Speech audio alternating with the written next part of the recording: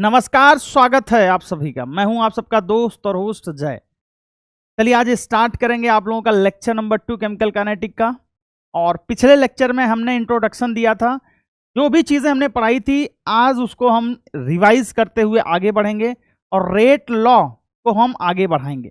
यानी कि जो हमने रेट लिखी थी वो डिफरेंशियल फॉर्म में थी, आपने देखा होगा, d A by d t, d C by d t, plus minus करके delta C delta by t करके। तो देखो बहुत सिंपल सी बात है, उसमें बहुत कोई कंफ्यूजन क्रिएट नहीं करना है। सिंपल सा तुमको ये समझना था कि एवरेज है तो यार डेल्टा यूज करेंगे, जाहिर सी बात है, और इंस्टेंटेनियस है तो डी यूज करेंगे। अगर रिएक्टेंट है तो नेगेटिव का साइन लगाएंगे और प्रोडक्ट है तो पॉजिटिव का साइन लगाएंगे। इसमें कोई कंफ्यूजन नहीं होनी चाहिए। एक जरूरी सूचना, मैं लेक्चर 1 के कमेंट्स पढ़ रहा था तो मैंने देखा उसमें बहुत सारे बच्चे जो हैं आपस में आके चैट करते हैं, और वो भी ऐसा चैट नहीं कर रहे हैं कि यार ये रेट कैसे निकाला, होमवर्क 2 तुमने कर लिया, थोड़ा हिंट दे दो मुझे। तो मुझे एक चीज समझ में आई यार कि बच्चे सेलेक्ट क्यों नहीं हो रहे हैं। देखो मुझे रियलिटी नहीं पता है, रियलिटी कहनी नहीं चाहिए किसी को। इंसान, सबसे बुरा इंसान वही होता है जो सामने वाले को बताता कि तुम्हारी ये गलती है।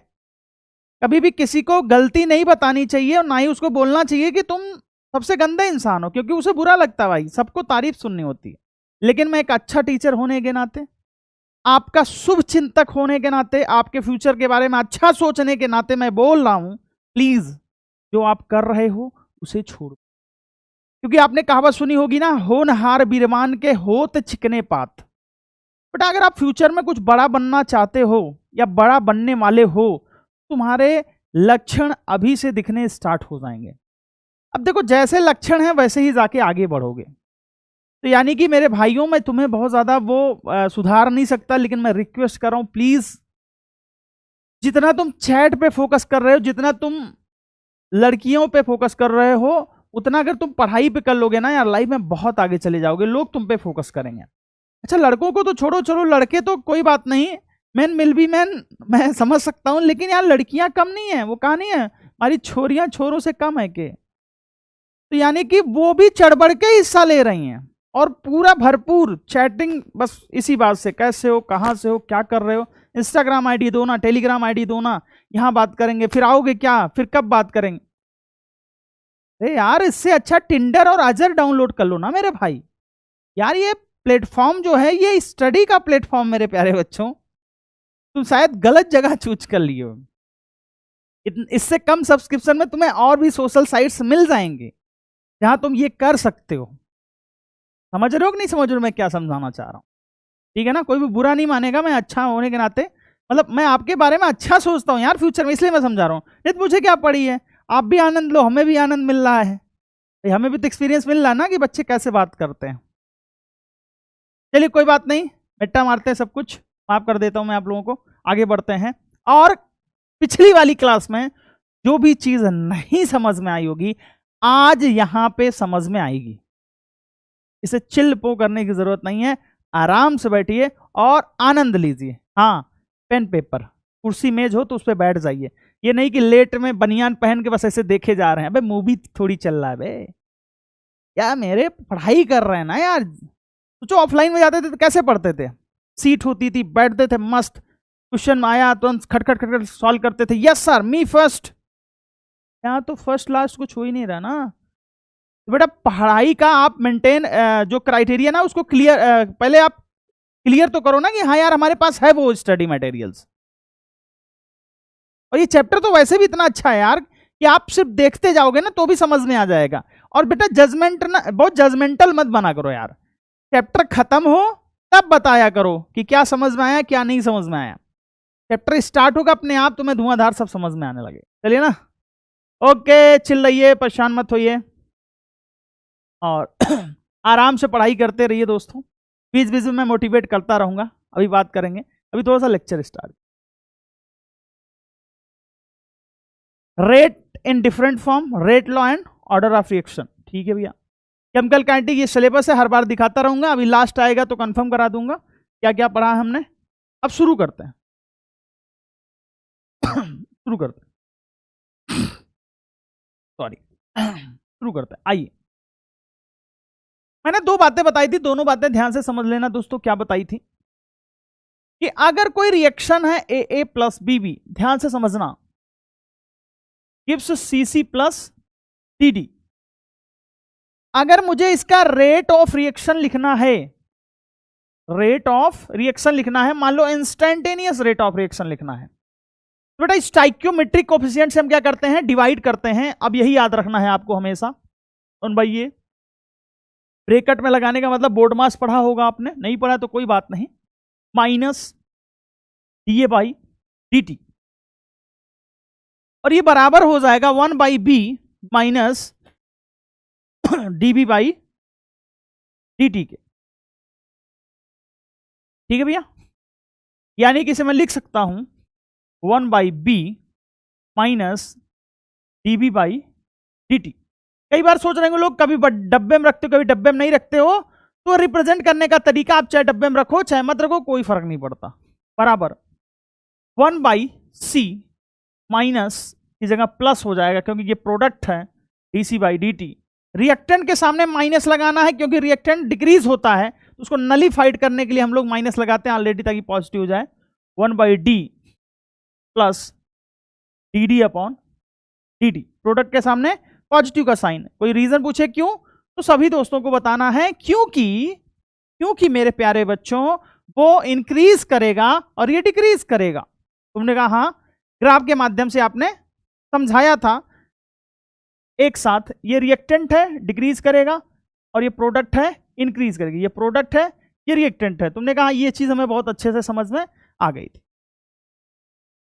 बेटा ए और बी डिसअपीयर हो रहे हैं, खत्म हो रहे हैं, तो इनका भी तो कुछ रेट होगा ना।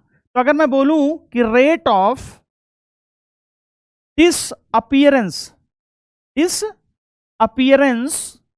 ऑफ ए, जिसे मैं बोलूंगा आगे चल के RODA, तो बेटा वो सिर्फ डिपेंड करता है कि ए किस रेट से घट रहा है, माइनस DA बाई DT के, यानी कि उसका स्टाइक्योमेट्रिक कोफिशिएंट से कोई लेना देना नहीं है, वो किसी भी रिएक्शन में कोई फर्क नहीं पड़ने वाला है।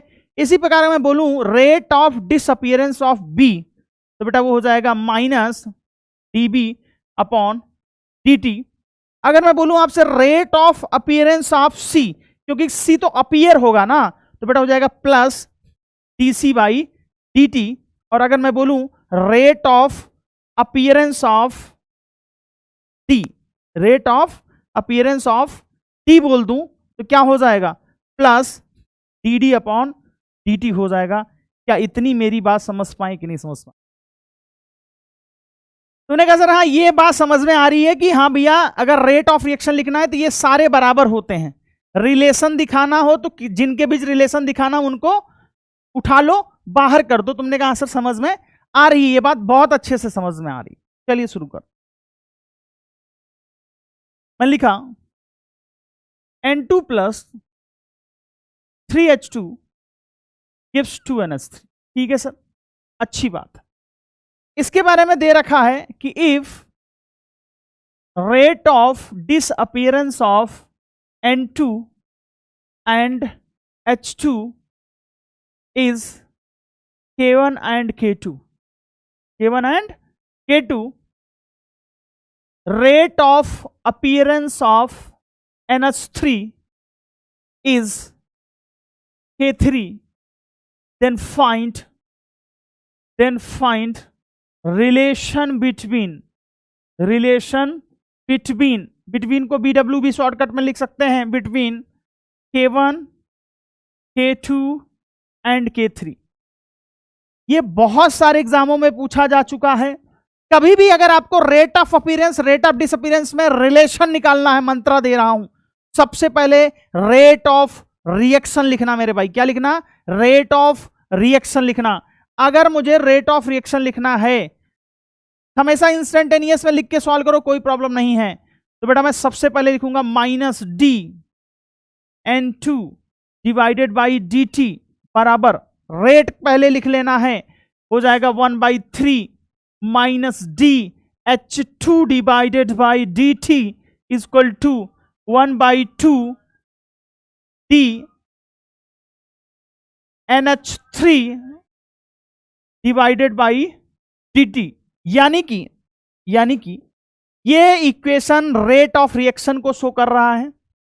कई बच्चे कंफ्यूज होते हैं रेट ऑफ रिएक्शन है क्या, चाहे ये ले लो, चाहे ये ले लो, चाहे ये ले लो, तीनों ही रेट ऑफ रिएक्शन को रिप्रेजेंट करेंगे। मुद्दा ये है कि तुम्हारे पास किसकी जानकारी है, तुम्हारे पास क्या गिवन है, तुम्हारे पास जो गिवन होगा उसी के हिसाब से तुम इक्वेशन बनाओगे, उसी के हिसाब से तुम इक्वेशन लिखोगे। मेरे भाई क्या मेरी बात समझ में आई क्या? बिल्कुल समझ में आ रही बेटा। अगर मैं ध्यान से समझूं, कह रहा rate of disappearance of N2, यानी कि rate of disappearance of N2 जो है बेटा, rate of disappearance of N2 जो है वो minus d N2 by d T है। तुमने कहा ठीक है सर, और इसकी वैल्यू कितनी दे रखी है? K1 दे रखी है। चलो अच्छी बात है।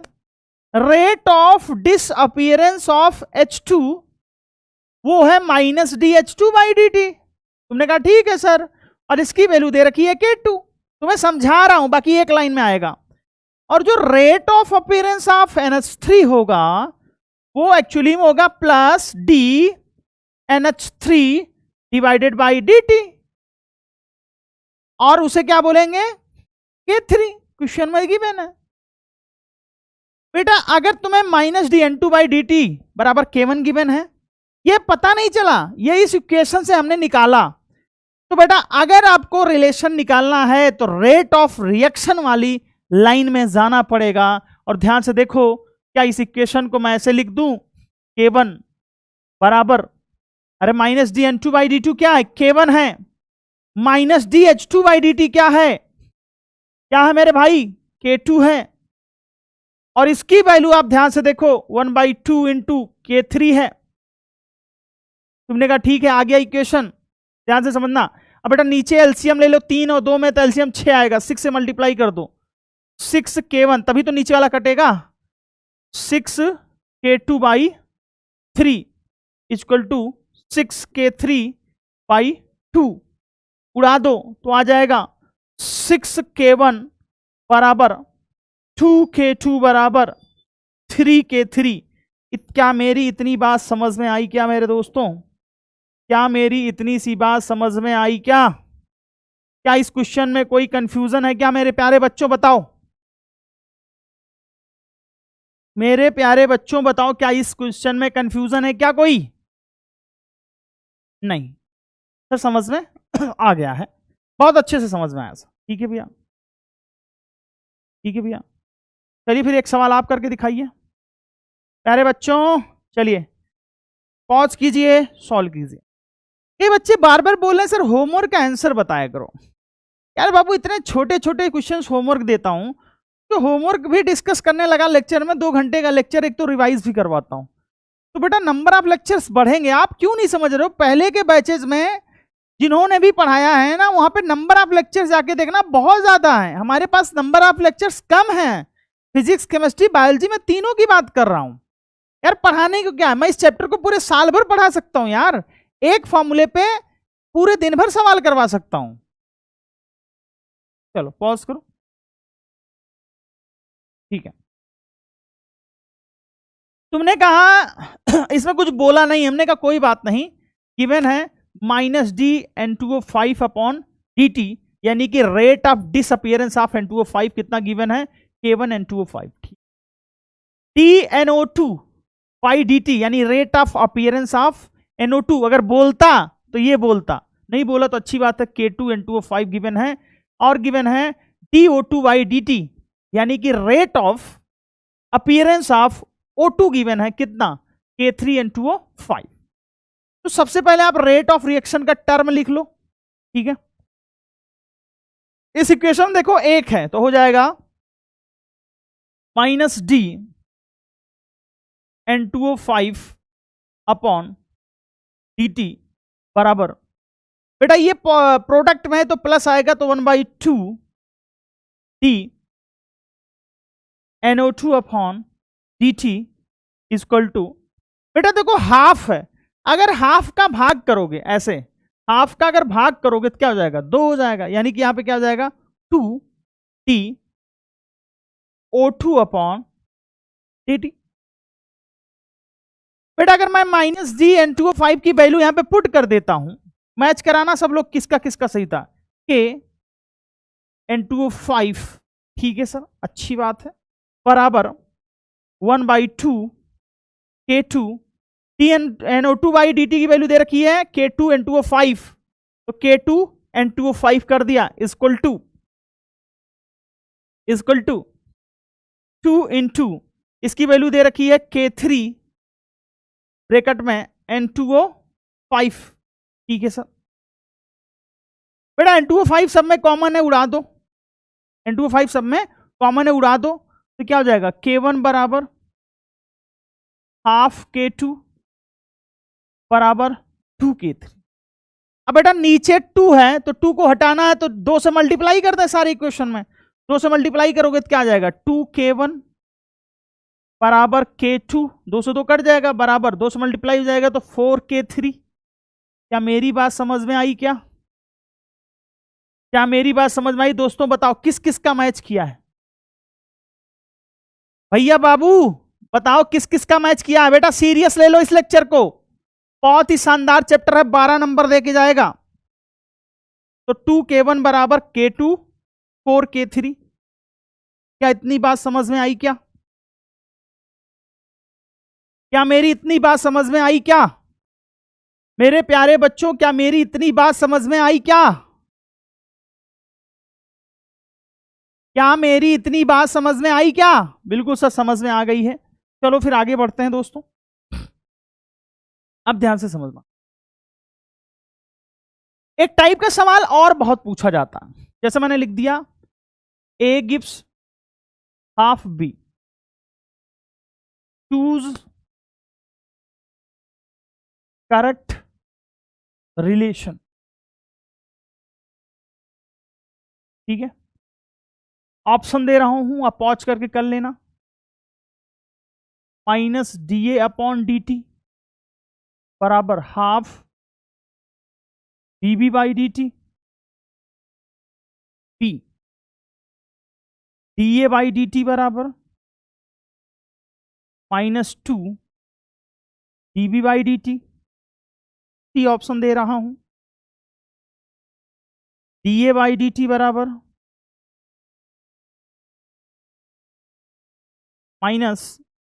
-हाफ dB/dt, और डी ऑप्शन दे रहा हूं ऑल आर करेक्ट।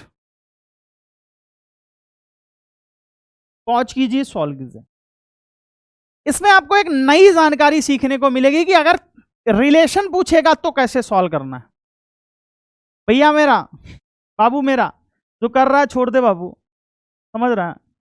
जिंदगी में याद रखना बेटा, जो तुम लोग यार कर रहे हो ना यार, बहुत अभी मेच्योर हरकतें कर रहे हो। जाहिर सी बात है मेच्योर हो, मेच्योर हरकत तो करेगा ही।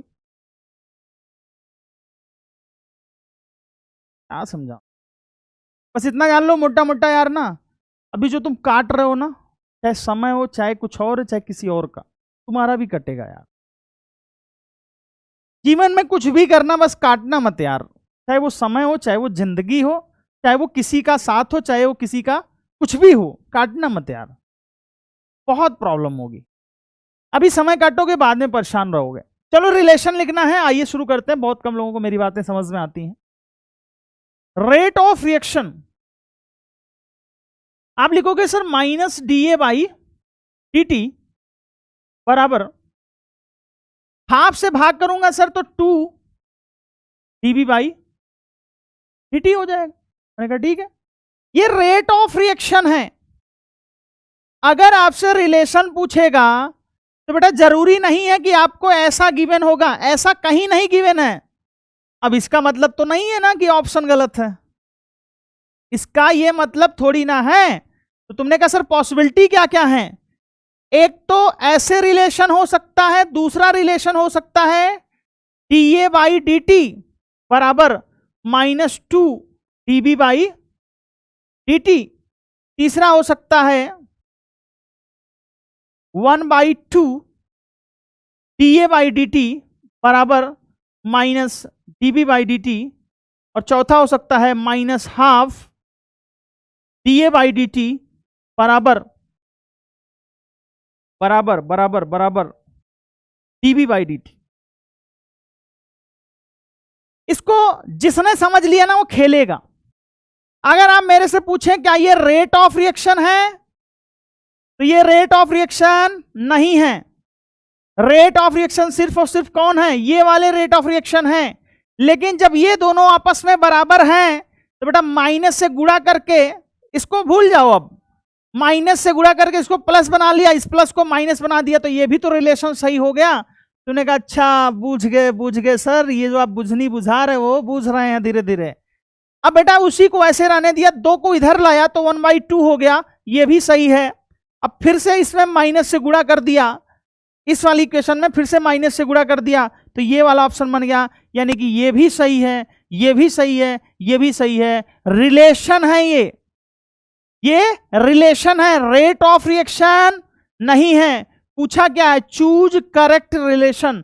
इसमें ना ही रेट की बात की है, ना ही रेट ऑफ अपियरेंस की बात की है, ना ही रेट ऑफ डिसअपियरेंस की बात की है। मेरे बाबू, मेरे भैया, मेरा बच्चा, ध्यान से पॉज करो, समझो क्या समझाना चाह रहा हूं। रेट ऑफ रिएक्शन नहीं पूछ रहा है कोई। कई लोग तो ऐसे धड़ाम से गिर जाएंगे, ये साला क्या हो गया, पहले तो तुम ऐसे लिख रहे थे तो तुम बदल दे रहे हो, कुछ भी लिख रहे हो सर। हाँ भैया, ये रिलेशन पूछ रहा है ना, तो रिलेशन कई प्रकार से हो सकते हैं। अरे मेरा रिलेशन मेरे पापा से पिता पुत्र का है, मेरी माँ से माँ पुत्र का है, मेरे बेटे से पिता पुत्र का होगा, मतलब जो भी होगा। मेरी बीवी से पति पत्नी का होगा। बीवी के नाम पे सर खुश हो रहे हो? कोई बात नहीं, आओ दूसरा क्वेश्चन तुमसे पूछता हूं। 2a gives 3b। बहुत ही खूबसूरत सवाल कर रहा हूं, ये सब कंटेंट तुमको जल्दी मिलेगा नहीं यार। और एक भी सवाल पूछ के तो देखे एनटीए, बाहर से हो ही नहीं सकता। Choose correct relation. एक से ज्यादा सही हो सकते हैं, मोर देन 1 करेक्ट। सर ये क्यों कर रहे हो? अरे यार लिखने दो यार, एक से ज्यादा ऑप्शन है तभी तो मजा आएगा। अच्छा चलो,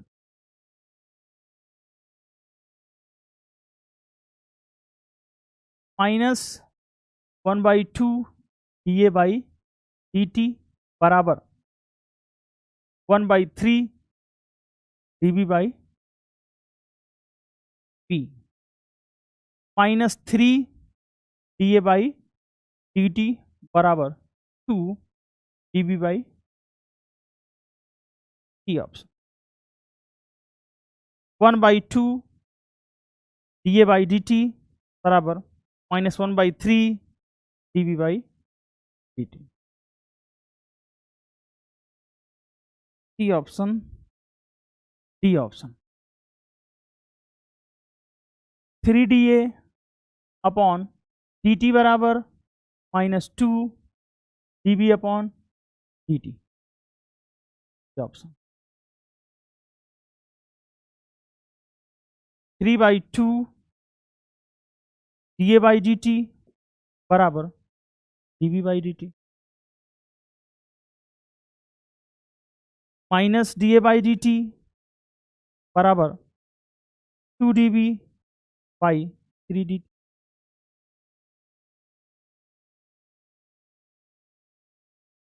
DA बाई DT बराबर -2 DB बाई DT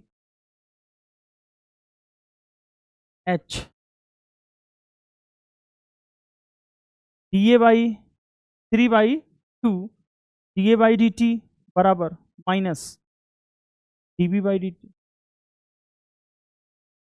पॉज करो, 5 मिनट लो। जिसने ये सवाल कर लिया तो दुनिया का कोई भी सवाल कर सकता चुटकी में। चैलेंज दे रहा हूं, दुनिया का कोई भी सवाल कर सकता मेरे भाई, मैं सच बता रहा हूं। अगर तुमने ये कर लिया ना, तुम्हारे सोचने की क्षमता बढ़ गई, तो समझ लेना तुम कुछ भी कर सकते हो। तुम कर सकते हो, बस करना नहीं चाहते हो, क्योंकि तुम्हें जो मजा उसमें मिल रहा है वह कहां मिलेगा। लेकिन तुम भूल रहे हो कि तुम्हें असली मजा तो तब मिलेगा ना जब तुम कॉलेज में जाओगे। हरियाली है बेटा वहां पे। चलो पॉज करो, मैं थोड़ा सा स्क्रीन से बाहर हो जाता हूं। पॉज करो, कॉल करो। कई लोगों का तो सर चकरा हो गया होगा, सर ऐसे कैसे हो सकता है? भैया हो सकता है, भैया हो सकता है, बाबू हो सकता है, मेरे भैया मेरे बच्चा। इधर देखो, शुरू किया जाए? कर दो सर, कर दो सर, मजा आएगा सर। आओ भैया शुरू। तुमने कहा सर कैसे शुरू करें, तो पहले रेट ऑफ रिएक्शन लिख दो। तुमने कहा सर रेट ऑफ रिएक्शन कैसे लिखेंगे, जगह तो है ही नहीं। आओ जगह बना देते हैं। ये कर दिया। सुनना, अगर मैं रेट ऑफ रिएक्शन लिखूंगा बाबू, तो पहले मैं लिखूंगा 1/2 माइनस डी ए अपॉन डी टी बराबर 1/3 dB बाई डी टी। बस इसी को पकड़ के लटक जाओ, इसी को पकड़ के लटक जाओ, अपने आप गिर जाएगा, अपने आप गिर जाएगा, सारे ऑप्शन देखने लग जाएंगे। तुमने कहा अच्छा, रेट ऑफ रिएक्शन ये है, रेट ऑफ रिएक्शन ऊपर वाला है, बाकी रेट ऑफ रिएक्शन नहीं है। पूछ रहा करेक्ट रिलेशन बताओ, तो रिलेशन तो कुछ भी हो सकता है ना यार। तो ये दोनों बराबर है, उठा लो इनको, ये दोनों बराबर है, उठा लो। पहला ऑप्शन सही हो गया। तुमने कहा पहला ऑप्शन सही हो गया सर, हमने कहा ठीक है, नगाड़े उगाड़े बजाओ और क्या, खुश रहो। फिर किसी ने कहा सर पहले को दूसरे से भी कन्वर्ट कर सकते हैं, मैथ है ना यार। सर 2 को यहां ले जाऊं और 3 को यहां ले आऊं। हमने कहा क्या गजब बात, दूसरा भी सही है। किसी ने कहा सर पहले और तीसरे में भी देखो सर, माइनस का मल्टीप्लाई कर देते हैं, माइनस प्लस हो जाएगा, और ये जो प्लस है माइनस हो जाएगा, ये भी सही है। हमने कहा बहुत अच्छी बात है। तुमने कहा सर इस वाले इक्वेशन को ध्यान से देखो, तो बेटा -3 dA/dt लाया था हमने उधर से गुणा करके, तो माइनस से गुणा कर दिया, तो ये प्लस हो गया, वो माइनस हो गया, ये भी सही है। अच्छी बात है सर। ये 3 यहां से गुणा कर दिया, 2 को यहीं रहने दिया, ई बन गया, सही बात है। अब ध्यान से समझना, ध्यान से समझना, 3 को यहीं रहने दिया, 2 को ऊपर ले गया, -dA/dt 2/3 dB/dt, ये भी सही है। अब dA/dt बराबर चेक करना है, तो बेटा माइनस से गुणा करना पड़ेगा, तो बेटा माइनस से गुणा करना पड़ेगा 2/3, यहां 2/3 लिख लो, 2/3 -2/3। अगर जिन्होंने 3 नहीं लिखा था उनका गलत आएगा, मतलब गलत है वो, ठीक है, परेशान मत। तो बेटा इस वाली इक्वेशन देखो, ला सकते हैं, बिल्कुल ला सकते हैं सर। माइनस से गुणा कर दो, माइनस से गुणा कर दिया तो ये प्लस हो गया, ये माइनस हो गया, ये भी सही है। बेटा 3/2 dA/dt बराबर dB/dt आया था माइनस से गुणा कर दो तो ये प्लस हो जाएगा, वो माइनस हो जाएगा, ये भी सही है। तो ऑप्शन हो जाएगा HI था, आई है ऑल आर करेक्ट, क्या जाएंगे, ऑल आर करेक्ट। ध्यान से देख लो,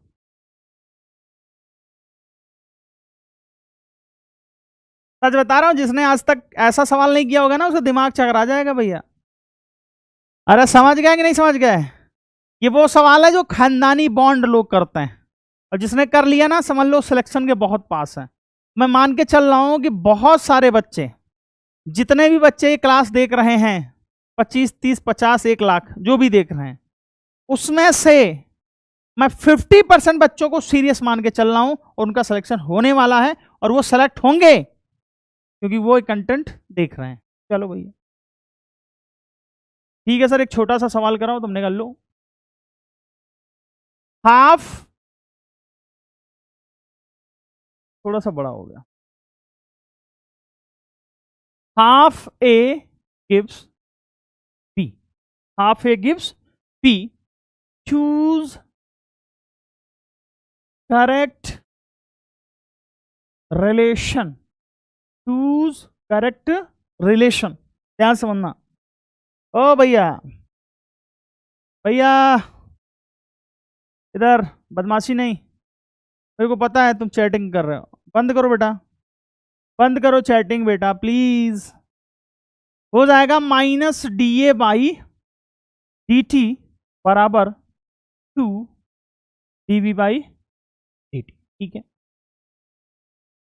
हो जाएगा -dA/dt बराबर 1/2 dB/dt।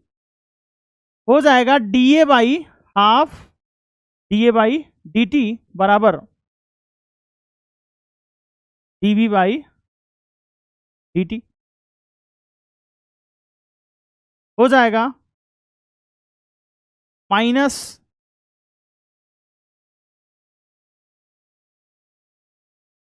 D A by d t बराबर 1/2 A B by d t. बेटा पॉज कीजिए, सॉल्व कीजिए, बहुत ही सिंपल सा सवाल है। पॉज कर लिया तुम लोगों ने? हाँ कर लिया सर। रेट ऑफ रिएक्शन क्या होगा मेरे भाई? बेटा 1/2 का आधा करोगे, अरे यार 1/1/2 करोगे, चलो कर दे रहा हूं, minus d A by d t बराबर क्या हो जाएगा? बराबर क्या हो जाएगा? डीबी बाई डी टी हो जाएगा। चलो अच्छी बात। इसको ऊपर लिखोगे तो रेट ऑफ रिएक्शन क्या हो जाएगा? 2। बिना रेट ऑफ रिएक्शन लिखे तुम रिलेशन नहीं निकाल पाओगे, डीबी बाई डी टी हो जाएगा। मैंने कहा चलो अच्छी बात है, अब इसी से रिलेशन ढूंढेंगे। ऐसा तो कहीं कुछ ना दिख रहा है। दिखेगा सर, दिखेगा सर। 2 को इधर ले जाओ, अरे 2/1 है ना, तो इसको इधर ले जाओ तो हो जाएगा minus d A by d t बराबर 1/2 डीबी बाई डी टी। ये दोनों तो वैसे ही नहीं होंगे क्योंकि दोनों प्लस प्लस हो रहे हैं, या तो दोनों प्रोडक्ट होंगे या तो दोनों रिएक्टेंट होंगे, लेकिन ये एक रिएक्टेंट एक प्रोडक्ट है, तो ये दोनों ऑप्शन ऐसे ही नहीं होंगे। और बेटा ये 2 है वो 2 नीचे आएगा, यानी कि ऑप्शन सिर्फ और सिर्फ क्या हो जाएगा? बी हो जाएगा। ऑप्शन सिर्फ और सिर्फ क्या हो जाएगा? बी हो जाएगा। क्या मेरी बात समझ में आ रही है? क्या मेरी बात समझ में आ रही है क्या दोस्तों? तुमने कहा बिल्कुल सर समझ में आ रही है, बहुत अच्छे से समझ में आ रही है। चलो आओ कुछ और क्वेश्चंस करते हैं, ध्यान से समझना। बेटा एक रिएक्शन दे रखा है 2SO2 plus O2 gives 2SO3, ठीक है, यहां से हटा दिया। The rate of reaction is expressed as minus d O2 by d t की वैल्यू दे रखी है। The rate of disappearance of SO2 पूछ। बेटा रिलेशन निकालने से पहले क्या लिखना पड़ेगा आपको? Rate of reaction 1/2 minus d SO2 by d t बराबर minus d O2 by d t बराबर। वैसे इतने से काम चल जाएगा क्योंकि इसका दिया इसका पूछा, लेकिन फिर भी इसका लिख ले रहा हूं क्योंकि मुझे समझाना है आप लोगों को DSO3 अपॉन dt। बेटा ध्यान से समझो, वही इक्वेशन उठाओ जिसकी जरूरत है। इसको छोड़ दो, इसको क्या कर दो? छोड़ दो।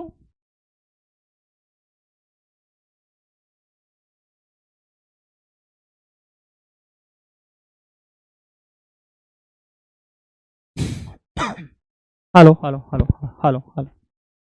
यानी कि बेटा ध्यान से समझो,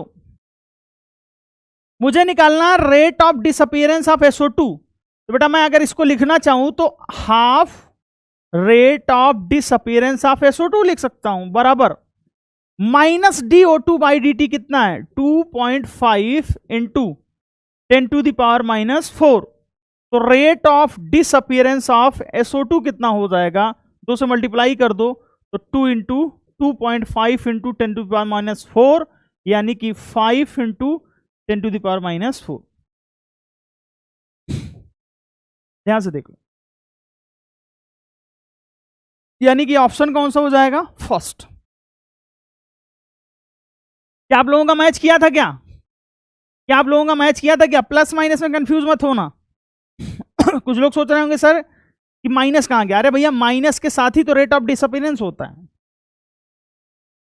चलिए पॉज कीजिए, सॉल्व कीजिए, पॉज कीजिए और सॉल्व कीजिए। समय दिया, टाइम पास नहीं बेटा, टाइम पास नहीं।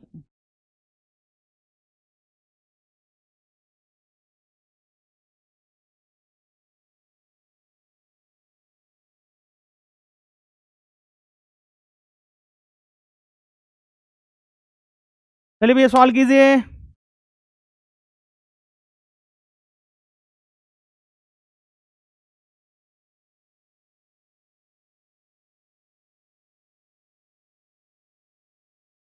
बहुत सारे बच्चे टेस्ट दिए तो मुझसे संपर्क किए, बात कर रहे थे मुझसे और बोल रहे थे कि सर टेस्ट में नंबर बहुत कम आया है। एक बच्चे ने कहा सर 550 नंबर आया, सर बहुत कम नंबर आया, क्या सिलेक्शन हो जाएगा? बेटा जो अभी आप टेस्ट दे रहे हो ना, ये टेस्ट आपका फ्यूचर डिसाइड नहीं करेगा।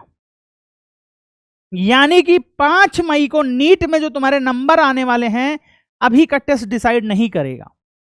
अगर आपके नंबर दिन प्रतिदिन इंक्रीज कर रहे हैं, दिन प्रतिदिन इंक्रीज कर रहे हैं, तो जाहिर सी बात है कि तुम्हारा सिलेक्शन जरूर होगा। उसका सिलेक्शन नहीं होता है जो 550 पा जाए फिर उसी के आसपास भटकता रहे। सिलेक्शन उसका होता है जो 200 से स्टार्ट करे और 650 प्लस जाए, सिलेक्शन उसका होता है, और वही वो डिजर्व भी करता है सिलेक्शन। इसलिए बहुत पॉजिटिव रहिए, बहुत पॉजिटिव रहिए मेरे भाई। अगर आप पॉजिटिव रहोगे तभी आपका सिलेक्शन हो पाएगा। कई बार बोलते बच्चे पढ़ना स्टार्ट करते फिर 5 मिनट बाद ओवर थिंकिंग करने लगते हैं। और जो लोग लेक्चर देखते हैं ना, चैट ऑफ करके लेक्चर देखा करें। मेरी बात माने, आप सलाह माने, चैट ऑफ करके आप देखा करिए लेक्चर, नहीं तो बहुत प्रॉब्लम होगी। ठीक है ना भाई?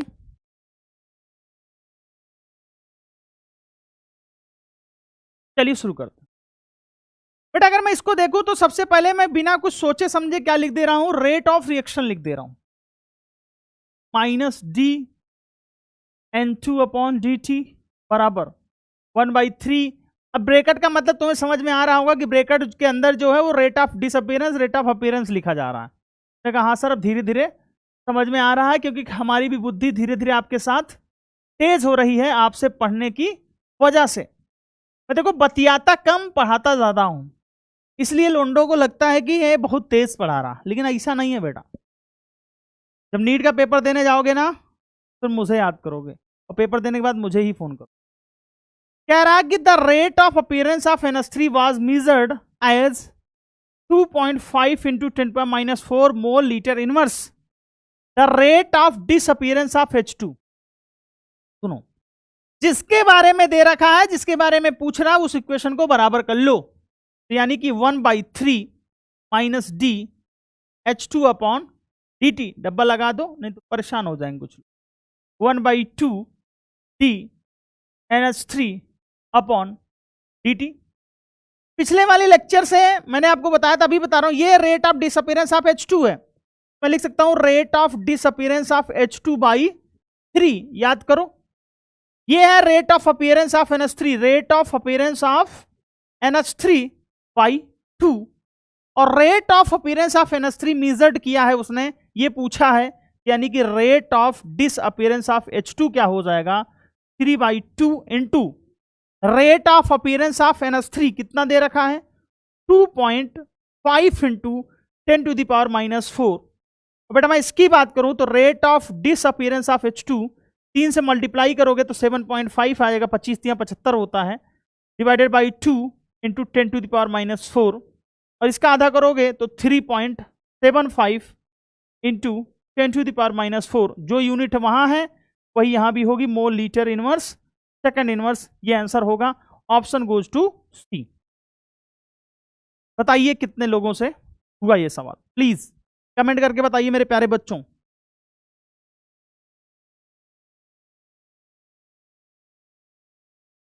और जो बच्चे पढ़ रहे हैं मैं उनकी तरफ से एक लाइन बोल दे रहा हूं, बहुत ध्यान से समझना। क्या ना, बच्चे पढ़ते पढ़ते सोचते रहते हैं कि यार होगा कि नहीं होगा। होगा मेरे दोस्त। और वो एक लाइन है कि कहते हैं कि खुद से हार गया तो बात अलग है, खुद से हार गया तो बात अलग है, तकदीर के सामने झुकने वाला नहीं हूं मैं, तकदीर के सामने झुकने वाला नहीं हूं। मुसीबतों से कह दो, मुसीबतों से कह दो अपनी रफ्तार बढ़ा लें, क्योंकि मैं अब रुकने वाला नहीं हूं। ये मेरे प्यारे बच्चों के लिए जो पढ़ाई कर रहे हैं और उनका सिलेक्शन होगा एक दिन। ये लाइन याद रखना मेरे भाइयों, मेरे प्यारे बच्चों को समर्पित है ये लाइन। चलिए सर आगे बढ़। प्यारे बच्चों पॉज कीजिए फिर सॉल्व कीजिए। और ये देखो थ्योरेटिकल सवाल बनाया है, तो थ्योरेटिकल सवाल कैसे सॉल्व करते हैं, चलो पॉज कर लिया। रेट ऑफ रिएक्शन शांति से कहीं कोने में लिख दो, क्योंकि अभी तुम सीख रहे हो। तो -dx/dt बराबर 1/2 dy/dt। dt। बेटा अगर मैं रेट ऑफ रिएक्शन के हिसाब से लिखूं तो ये rate of disappearance of X है, तो मैं लिख सकता हूं rate of disappearance of X equal to half into rate of appearance of Y. मैंने कहा ठीक है सर। अब ध्यान से समझना ध्यान से समझना मेरे भाई, minus d x by d t rate of disappearance है और डीवाई बाई डी टी, उसको rate of appearance rate of disappearance को स्टाइकियोमेट्री से कोई लेना देना नहीं है। The rate of disappearance of x बराबर twice the rate of disappearance of y. Twice तो नहीं है, आधा है। Rate of disappearance of x बराबर half half half of appearance of product, half of appearance of product. बिल्कुल सही है बेटा, यहां पे दोनों डिसअपीयरेंस यूज किया इसलिए वैसे भी गलत था ये। The rate of appearance of products बराबर half the rate of disappearance of y, नहीं बिल्कुल नहीं है, 2 टाइम्स है। The rate of appearance of products बराबर half the rate of disappear of x, गलत है गलत है मेरे भाई, मेरे भाई गलत है। सही क्या है? जो भी लिखा है सब गलत है। सही क्या है? The rate of disappearance of x बराबर half of appearance of product. Product क्या है? वाई है। सही है, वाई के बारे में नहीं बोला था, प्रोडक्ट सही है।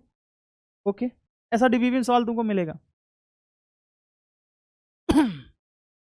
अभी ये करेंगे हम,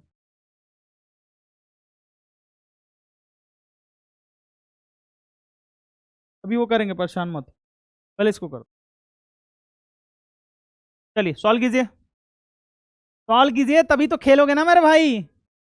अरे खेल कैसे पाओगे, खेल कैसे पाओगे यार? खेलना है ना, उन लोगों के साथ भी खेलना है जो तुम्हारे साथ खेल। कैसे खेल पाओगे? कैसे दिल की भड़ास निकाल पाओगे? कुछ कर पाओगे जिंदगी में तो तभी ना। और उनके घर भी तो मिठाई भिजवानी है बड़े बड़े पैकेटों में, जिन्होंने कहा था तुझसे नहीं हो पाएगा। उनके घर भी तो जाना है ना सिलेक्शन के बाद मिलने, जिन्होंने कहा था कि फलाने का लड़का, मिश्रा जी का, पांडे जी का, मौर्य जी का, सिंह जी का, सबका लोंडा क्या हो गया है? लखैरा हो गया है। उनको भी तो दिखाना है ना मेरे भाई। लड़कियों के लिए भी बोल रहा हूं, लड़कियों को भी दिखाना है। समझ गए कि नहीं समझ गए? चलो भैया हो गया, आओ शुरू कर। For a general chemical change 2s plus 3b gives product, होगा कोई। The rate of disappearance of A is R1, B is R2, the rate R1 और R2 आर रिलेटेड। ठीक है बेटा, रेट ऑफ रिएक्शन रिएक्टेंट के बारे में लिख सकते हो 1/2 minus ds by d t बराबर 1/3 minus ds by sorry minus dB by dt। तुमने कहा सर समझ में आ गया? बेटा रेट ऑफ डिसअपीयरेंस ऑफ ए क्या है? R1 है यार। अपीयरेंस ऑफ ए कहां से आया? तो ये होगा। हाँ ठीक है यार, टाइप करने वाले लोग गलत कर देते हैं। तो 1/2 इंटू R1 बराबर 1/3 इंटू R2, तो साफ सब दिया। तो 3R1 बराबर क्या हो जाएगा? 2R2, क्रॉस मल्टीप्लाई कर दो, डिवाइड वाले फॉर्म में नहीं बताते हैं। तो 3R1 बराबर 2R2, 3R1 बराबर 2R2 हो जाएगा। इनका सही है। ध्यान से समझना, ध्यान से समझना। पॉज करो, सॉल्व करो, पॉज करो, सॉल्व करो, पॉज करो, सॉल्व करो। हिंट दे दूं क्या? The rate of appearance of NH3, यानी कि चलो इसको होमवर्क दे दे रहा हूं, NH3 अपॉन dt। अब इसमें भी कमेंट मत करें, पेज पे आके पूछो, मैं जवाब दे दूंगा। 2.5 इंटू 10⁻⁴ दिया। ठीक है, पूछ रहा रेट ऑफ रिएक्शन। ठीक है, रेट ऑफ रिएक्शन आ जाएगा, तुम वो समझदार हो। ठीक है ना, half of dNH3 by dt होगा। हिंट दे दे रहा हूं। Rate of disappearance of H2 क्या होगा बेटा? Rate of disappearance of H2 तो माइनस DH2 बाई dt होगा। और ये बराबर किसके होगा? 1/3 minus DH2 by dt rate के बराबर होता है, यानी 3 times of rate of reaction होगा। तुमने कहा ठीक है सर, ये हम निकाल लेंगे इक्वेशन से बैलेंस करके। ये होमवर्क, ये क्या है? होमवर्क है। सेम सवाल था इसलिए होमवर्क दे दिया। कह रहा कि which of the following does not express the reaction rate. ये कल हम बता चुके थे, फिर भी मैं इसको होमवर्क दे देता हूं, homework number 3।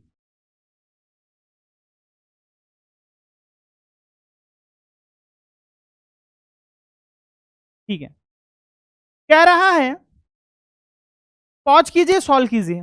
The correct equality relationship between dNH3/dt and -dH2/dt। तो पहले रेट ऑफ रिएक्शन लिख लो। रेट ऑफ रिएक्शन लिखोगे तो 1/3 माइनस dH2/dt बराबर हो जाएगा 1/2 dNH3/dt। बेटा हम फोकस उसी पे करेंगे ना जिसके बारे में पूछा है। तुमने कहा ठीक है सर, फोकस कर लेते हैं, परेशान मत हो, आओ ध्यान से सुनो। अब या तो डिट्टो ऐसे दिख जाए तो करेक्ट, तो dNH3/dt बराबर -1/3 dH2/dt, ये सही है। नहीं गलत है, सही कहा? अरे यार 1/2 dNH3/dt होगा ना, गलत है। तुमने कहा dNH3/dt प्लस है, हाँ प्लस है। इसका हाफ था यहाँ पे, हाँ ये हाफ यहाँ चला गया, हाँ यानी कि ये क्या हो गया भाई, इसको तो मैं ऐसे भी लिख सकता हूं ना, ध्यान समझना। dNH3/dt को इसका 2 उधर भिजवा दूं, -2/3 कर दूं dH2/dt। मैं कहा सर ये हो सकता है, तो ये सही है, लेकिन 3/2 नहीं हो सकता, गलत है। और बेटा अगर 2 और 3 मोल है तो बराबर भी नहीं हो सकते, यानी ऑप्शन बी इज करेक्ट। अरे ऑप्शन बी क्या हो जाएगा मेरे भाई, करेक्ट हो जाएगा। ऑप्शन बी क्या हो जाएगा, करेक्ट हो जाएगा। ठीक है, आइए ध्यान समझ, पॉज कीजिए, सॉल्व कीजिए, पॉज कीजिए प्लीज।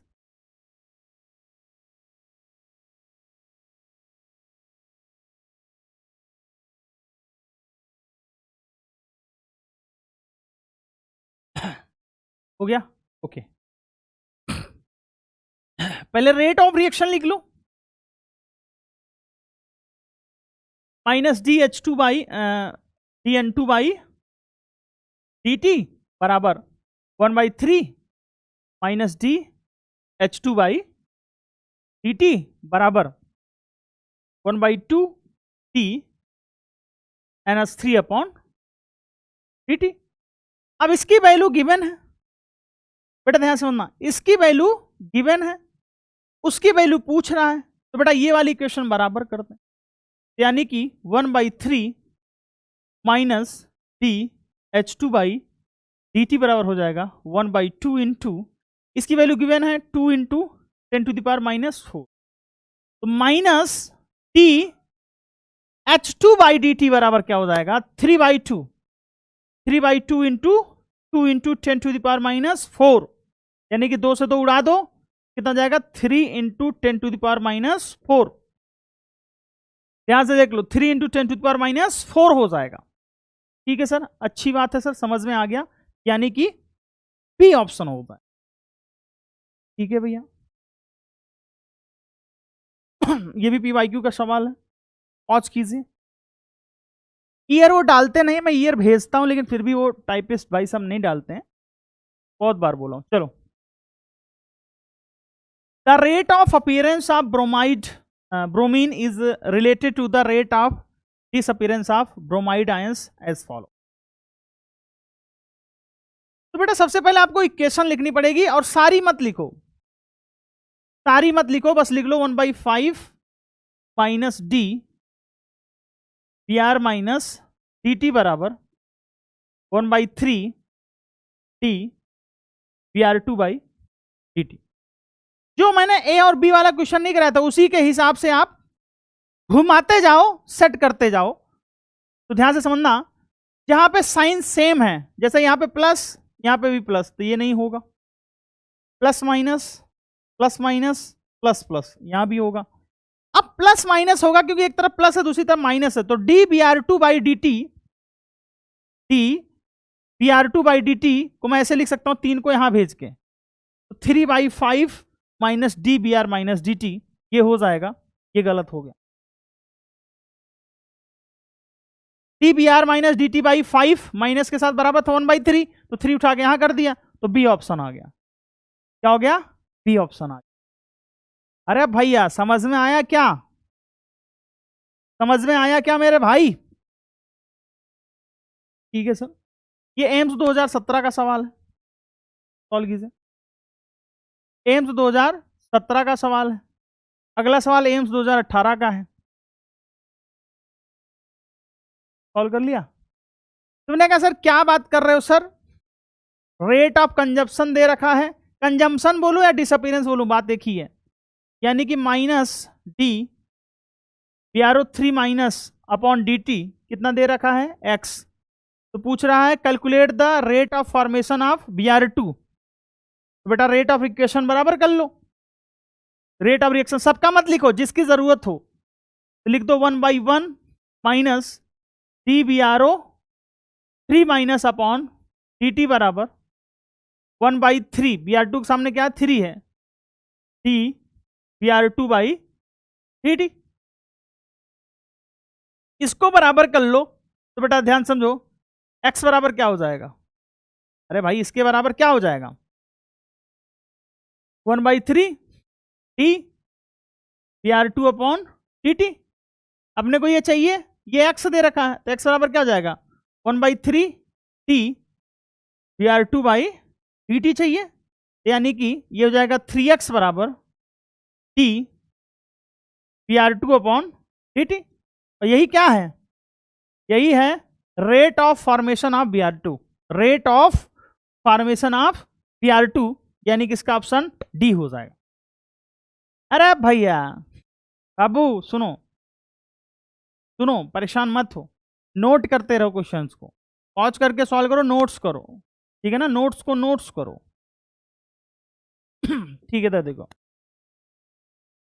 तुमने कहा यार कितने लोग इस रिएक्शन को, ये एम्स 2018 का क्वेश्चन है, कितने लोग तो देख के ही छोड़ देंगे, भाई अपने बस का ही नहीं है, अपन से तो होगा ही नहीं है, अपने से तो ऐसा होता ही नहीं है। और जो समझदार है वो निपटा देंगे, जो समझदार है वो निपटा दिए होंगे और हाथ भी खड़ा कर लिए होंगे, मी फर्स्ट। शुरू करते हैं।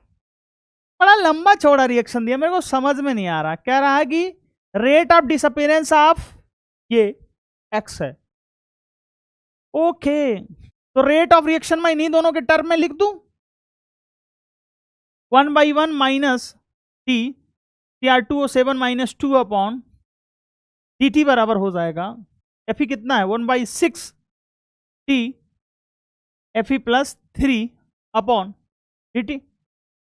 अब ध्यान से समझना, rate of disappearance of Cr2O7x दे रखा है, यानी कि माइनस डी Cr2O7 माइनस 2 की वैल्यू x दे रखा है, x बराबर क्या हो जाएगा 1/6 टी। और rate of appearance of Fe plus 3 क्या है, अरे रेट ऑफ अपीयरेंस ऑफ, यही तो है ना रेट ऑफ अपीयरेंस, तो ऐसे लिख दूं rate of appearance of Fe plus 3। तो बेटा rate of appearance of Fe plus 3 क्या हो गया बाबू, अरे यार मेरे भैया मेरे बच्चा क्या हो गया, अरे मेरे भाई कितने हो गया, 6 हो गया, कितना हो गया 6 हो गया मेरे भाई, कितना हो गया 6s हो गया। काहे नाराज चल रहे हो क्या, एम्स 2018 का सवाल है, आप खुद देखो क्या मैं सही पढ़ा रहा हूं, क्या आपसे सवाल हो रहे हैं, अरे भैया एम्स के सवाल कर रहे हो, अब तो खुश हो जाओ यार, अरे आएगा नहीं, आ चुका है। अब कितने लोग कह रहे हैं सर आप बोल रहे हो आएगा आएगा, आएगा थोड़ी ना आएगा, अरे भैया आ चुका है, हुआ मेरे आ चुका है, ओके ओके ओके ओके। देखा ओके, एक सवाल आपने छुड़वाया था, बिल्कुल बताता हूं, परेशान मत। अबे सबका तरीका है ना, कब कौन सा सवाल आएगा। चलो ध्यान समझना, जैसे लिखा N2 plus 3H2 gives 2NH3। अगर मैं तुमसे कह दूं कि rate of appearance of NH3 is 68 kilogram पर घंटा, देन फाइंड rate of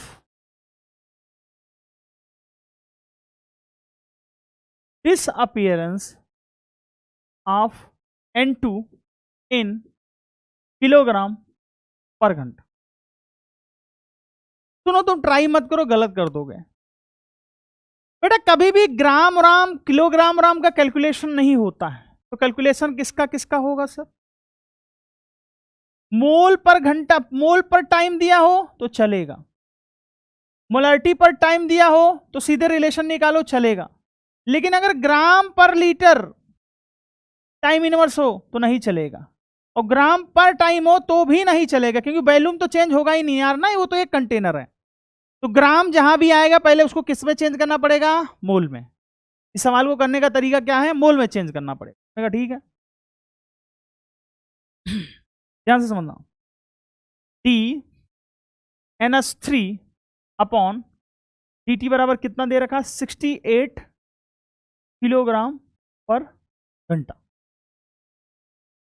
बेटा NH3 का मोलर मास कितना होता है? NH3 का मोलर मास कितना होता है? 17 होता है सर।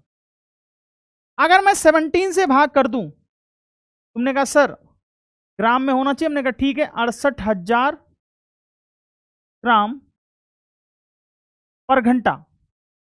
बेटा इसमें मैं डिवाइड कर दूं 17 से तो कितना हो जाएगा? अरे भैया ग्राम होता तो अच्छी बात थी, किलोग्राम है। 7 चौका 68, 4,000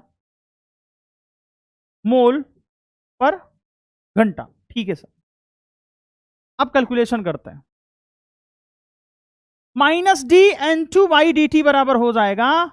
इसका एक तरीका भी होता है, लोग फार्मूला रटवाते हैं, फार्मूला नहीं रटवाऊंगा, क्योंकि कितना फार्मूला रखोगे, याद रखोगे यार, बेसिक याद रखो बस। 1/2 d NH3 अपॉन dt। अब मेरे को -d(n2/dt) चाहिए। कुछ लोग सोच रहे हैं सर 68 रख दो ना सीधे, नहीं, ग्राम में कैलकुलेशन नहीं होता, मोल में बताया था।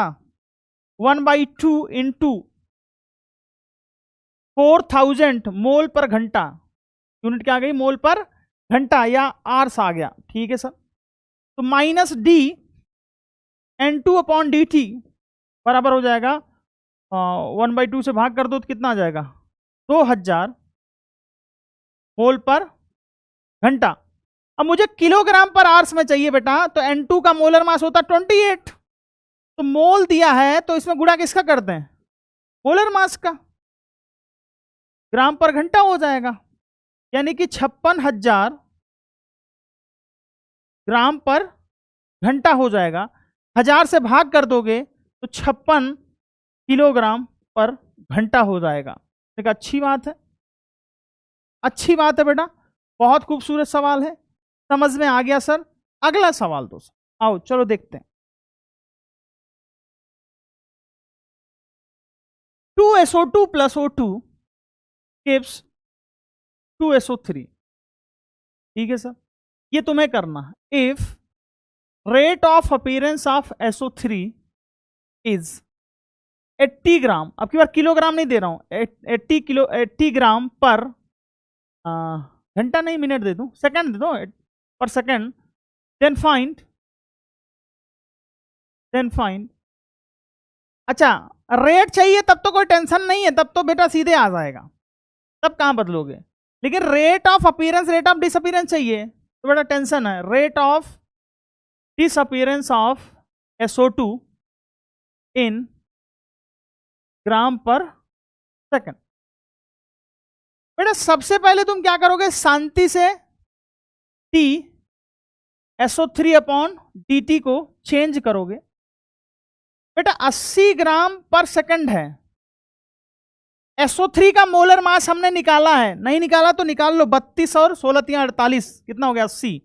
यानी कि 80 से अगर मैं भाग कर दूंगा, 80/80 तो क्या आ जाएगा? मोल पर सेकंड आ जाएगा, यानी कि 1 मोल पर सेकंड हो जाएगा। अच्छी बात है, अच्छी बात है भैया, मोल में है तो कैलकुलेशन कर सकते हैं। यानी कि T SO2 अपॉन dt 1/2 बराबर हो जाएगा, O2 की जरूरत ही नहीं है तो बराबर क्यों करोगे, शॉर्ट करोगे ना आप तो सवाल। T SO3 upon dt। अरे भैया, अरे भैया चलो सॉल्व करके बताओ, चलो सॉल्व करके बताओ। नाटकबाजी चल रही है तुम लोग, देख रहा हूं मैं, कमेंट करो बस एक दूसरे, नालायकों। इधर देखो, आधा से आधा उड़ गया, तो बेटा DSO2 अपॉन dt बराबर क्या हो जाएगा, 1 मोल पर सेकंड। अब बेटा DSO2 बाई dt आ गया 1 मोल पर सेकंड, तो इसको ग्राम में बदलना है, तो 1 गुणे SO2 का मोलर मास कितना होता है, SO2 का मोलर मास होता है 64, SO3 का होता है 80 मोल। कॉन्सेप्ट में हमने निकाला, नहीं निकाला तो बता दे रहा हूं। तो यहां पे गुणा करोगे, 1 गुणे 64, क्या करोगे 64 ग्राम पर सेकंड। क्या इतनी बात समझ में आई क्या?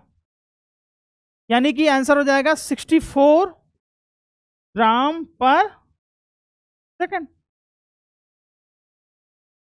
हाँ, तो ये मामला है मेरे भाई। क्या मेरी बात समझ में आई?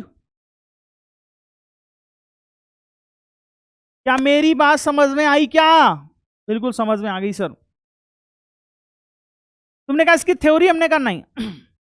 पहला स्टेप क्या करना है, पहला स्टेप तुमको मोल में चेंज करना है, चाहे वो ग्राम पर लीटर में हो। अगर बोल देता 80 ग्राम पर लीटर पर सेकंड होता तो भी कोई फर्क नहीं पड़ता, लीटर तो चेंज होगा ही नहीं ना, हर जगह लीटर लीटर लगा दो। मैंने कहा ठीक है सर, ठीक है सर, समझ गए, समझ गए सर। सवाल बताओ। चलो सॉल्व करो।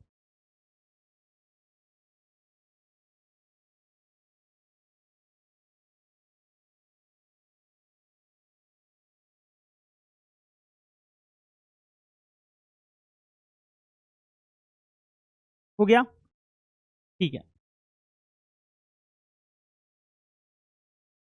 द रेट ऑफ फॉर्मेशन यानी कि डी SO3 अपॉन dt की वैल्यू दे रखी है 1.6 इंटू 10⁻³ किलोग्राम पर मिनट। ठीक है बेटा, पहले इसको ग्राम में बदल लो, तो 1000 से गुणा करोगे तो बेटा क्या हो जाएगा 1.6 ग्राम पर मिनट। अरे बेटा 10⁻³ किलोग्राम था, तो 10⁻³ से गुणा करोगे ना, 1000 से गुणा करोगे ग्राम में बदलने के लिए। तुमने कहा सर यही नहीं पता है। अरे यार 1 किलोग्राम बराबर 1000 ग्राम होता है, 10⁻³ ग्राम होता है। ठीक, गुणा कर लो, 10⁻³ से गुण जाए बेटा 1.6 अपॉन 80 कर लो, मोल पर मिनट आ जाएगा। तुमने कहा काट दे, हमने कहा मत काटो, काटोगे कोई फर्क नहीं पड़ेगा। हालांकि काट लो, 16/85 1/50 आ जाएगा। क्या जाएगा 1/50 है। मैंने कहा रहने दो यार, कैलकुलेशन अच्छा रहेगा। अब ध्यान से समझना, तो SO2 के बारे में पूछा है, तो 1/2 minus d SO2 by dt, जिसके बारे में पूछा, जिसके बारे में दिया, उस इक्वेशन को बराबर कर लो मेरे भाई। तो बराबर कर लिया तुमने बेटा, तो ध्यान से देखना स्क्रीन यहाँ पे बेटा, प्लीज बदमाशी ना करें आप लोग, चैट बहुत करते हो यार। माइनस SO2 अपॉन dt लिखा ना, hence rate of which SO2 reacts, यानी कि rate of disappearance of SO2 की बात कर रहा है, लैंग्वेज अलग अलग है। तो DSO3 बाई dt कितना आ गया 1.6 इंटू 80 मोल पर मिनट आ गया। ठीक है, अब बेटा अपने को ग्राम में चाहिए इसके हिसाब से, तो 1.6 अपॉन 80 इंटू, परेशान मत हो, पहला स्टेप मैंने मोल में चेंज किया था, दूसरा मैंने इसका रेट मोल पर मिनट में निकाल लिया। अब फिर इसको ग्राम में चेंज करेंगे, ग्राम आ गया तो किलोग्राम आ गया, इंटू इसका मोलर मास कितना 64, क्या जाएगा ग्राम पर मिनट। अब ध्यान समझना, 16 से उड़ा दो, 16/25 80, 16 चौका 64, तो 16 चौका 6.4/5 ग्राम पर मिनट। अब इसको उड़ा दो, तो 1.25 क्या जाएगा 1.28 ग्राम पर मिनट। ठीक है, इसे मैं लिख सकता हूं 1.28 इंटू 10⁻³ किलोग्राम पर मिनट टी होगा। बहुत खूबसूरत सवाल है, ध्यान से देख लो करना क्या है। किलोग्राम पर मिनट में दिया था, मैंने ग्राम पर मिनट बदल लिया, वो 10⁻³ बस डराने के लिए दिया था, उसका कोई रोल ही नहीं है। ठीक है भैया, कर लिया। दूसरी चीज, उसके बाद मैंने उसको मोल में बदला, उसके मोलर मास से भाग करके। ठीक है भैया, तुमने कहा ठीक है सर, समझ में आ गया। चाहो तो मैं इसका इक्वेशन बता सकता हूं, लेकिन एक इक्वेशन एक्स्ट्रा आपको याद रखना पड़ेगा, तो वो याद रखने की जरूरत नहीं है। अरे भाई, इतना 3 सवाल करके तुम्हें आइडिया लग गया होगा यार। नहीं आइडिया लगा तो फिर से देखो। पहले मोल बदल रहे हैं, फिर मोल के हिसाब से मोल निकाल रहे हैं, फिर ये मोल पर मिनट में आ गया तो फिर ग्राम पर मिनट में निकाल रहे हैं, तो ग्राम पर मिनट में आ गया फिर किलोग्राम पर मिनट में निकाल ले रहा है। मैंने कहा हाँ, समझ में आ रही है, बहुत अच्छी बात है सर, बहुत अच्छी बात है सर। आगे बढ़ते हैं, अब ध्यान से समझना। अगर मैं बात करूं फॉर गैसियस रिएक्शन,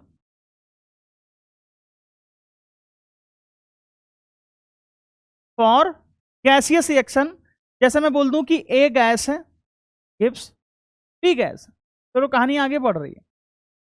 तो बेटा जो रेट ऑफ रिएक्शन है ना, वो टोटल चेंज इन प्रेशर, चाहे रिएक्टेंट चाहे प्रोडक्ट का, divided by total change, total time taken in change, यानी कि plus minus delta P upon delta T भी कर सकते हैं, या plus minus DP upon D भी कर सकते हैं। यहां पे जो पी है वो प्रेशर है, क्या है, प्रेशर है। तो बेटा अगर गैसियस रिएक्शन में रेट ऑफ रिएक्शन लिखोगे तो यूनिट क्या हो जाएगी, ऊपर हो जाएगा प्रेशर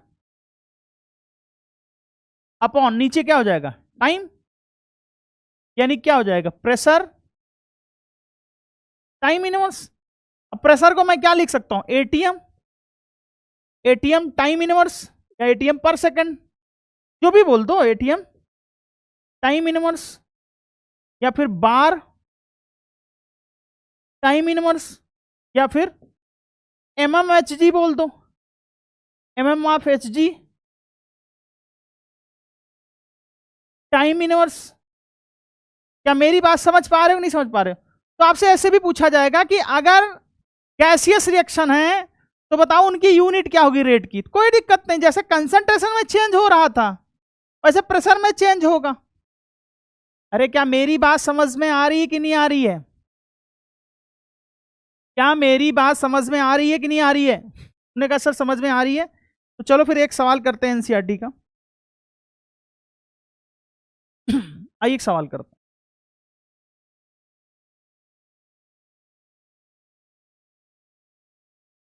इतना सवाल कर देंगे परेशान हो जाओगे। CO2 gas gives CO plus half O2 gas, ठीक है ना? CO2 gas gives CO gas plus half O2 gas, ठीक है।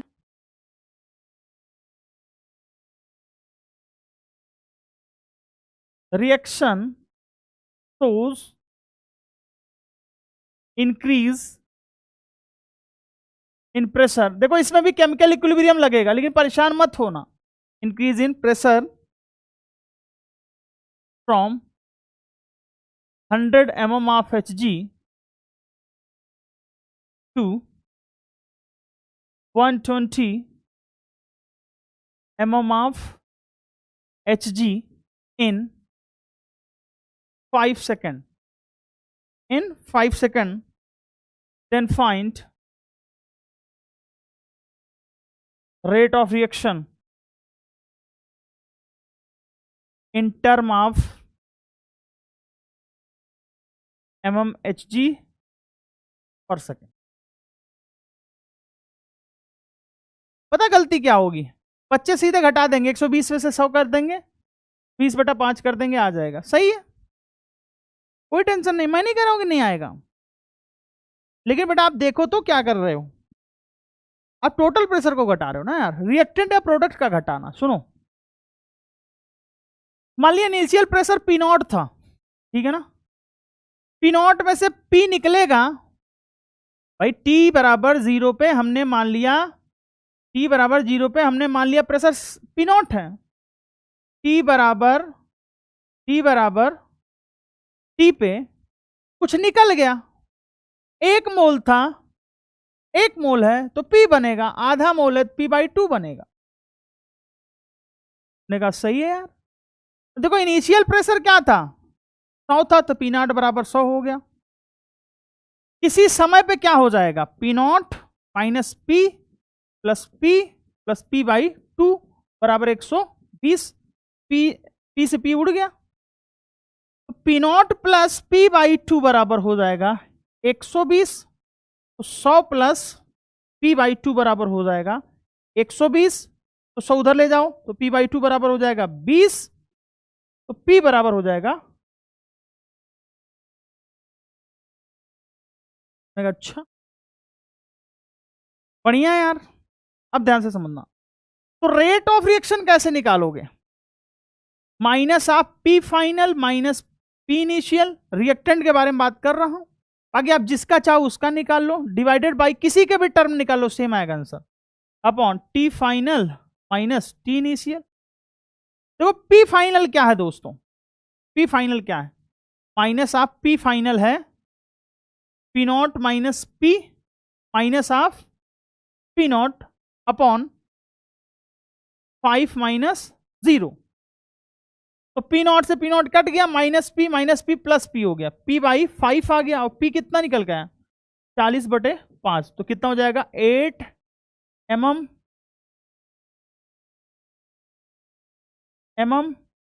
Hg पर सेकंड। ये हो सकता है कि सवाल थोड़ा सा टफ लगे क्योंकि ये इक्विलिब्रियम का पार्ट है, फिर भी मैं बता दे रहा हूं कि इनिशियल जो प्रेशर था वो कितना था बेटा, वो कितना था 100 था। तो इनिशियल में क्या रहा होगा, रिएक्टेंट रहा होगा, ये तो 0 रहे होंगे। हाँ सर, कुछ समय बाद CO2 डिसोसिएट हुआ होगा तो इसका प्रेशर कन्वर्ट हुआ होगा इसमें, तो पी नॉट में से पी गया तो ये पी बनेगा, पी नॉट में से पी गया तो ये पी बाई 2 बनेगा, क्योंकि मोल के हिसाब से बनता है। अरे यार स्टाइक्योमेट्री लगा दो ना, 1 मोल से 1 मोल तो पी गया है तो पी बनेगा, 1 मोल से आधा मोल तो पी गया तो पी बाई 2 बनेगा, ठीक है। पी नॉट बराबर 100 इनिशियल दे रखा था, निकाल लिया, 5 सेकंड में 120। तो टी बराबर 5 पे क्या हो गया, P not minus P plus P by 2, ये हो गया 120। तो यहां से कट पीट के आ गया पी बराबर 40। कितना आ गया, पी बराबर 40, यानी कि पी नॉट यहाँ पे 100 था, बाद में कितना हो गया है 60 हो गया, 40 तो घट गया ना मेरे भाई, 40 घट गया तो 60 हो गया। इस क्वेश्चन को आप इग्नोर नहीं कर सकते। हाँ नहीं समझ में आएगा कैसे लिख रहे हैं, देखो इक्विलिब्रियम पहले होना चाहिए था चैप्टर, लेकिन कोई बात नहीं, हम मान के चल रहे इक्विलिब्रियम थोड़ा सा आपको आता है कि लिखते कैसे।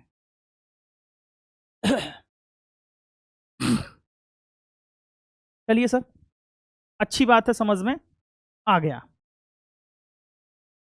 एक ही सवाल है, बाकी सवाल आप कर लेना, ठीक है ना, एक डीपीपी में सवाल जाएगा। अब आप कहें कि सर मान लीजिए हमें कंसंट्रेशन में दिया हो, प्रेशर में निकालना, तो कैसे निकालोगे बेटा, ध्यान से समझो। पीबी इक्वल टू होता है एनआरटी, सभी लोगों को पता है, हाँ। पी बराबर होता है N by V R T, ideal gas था, ये हमने इधर पीछे ला के दिया। पी बराबर क्या हो जाएगा सी आर टी, तुमने कहा हाँ सर समझ में आ रहा है थोड़ा थोड़ा। एन बाई बी जो होता है वो मोल्स बाई वॉल्यूम को कंसंट्रेशन लिखते हैं, ठीक है, डिफ्रेंशिएट कर दो टाइम के रिस्पेक्ट में। तो डीपी बाई डी टी बराबर हो जाएगा TC by d T into R T, तो कॉन्स्टेंट है, ठीक है सर। तो डीसी बाई डी टी क्या निकल के आ गया 1 by R T into DP by d T, एक इक्वेशन आ गया। ये इक्वेशन याद रखना बहुत इंपॉर्टेंट है, प्रूव करके दिखाया मैंने कैसे आएगा।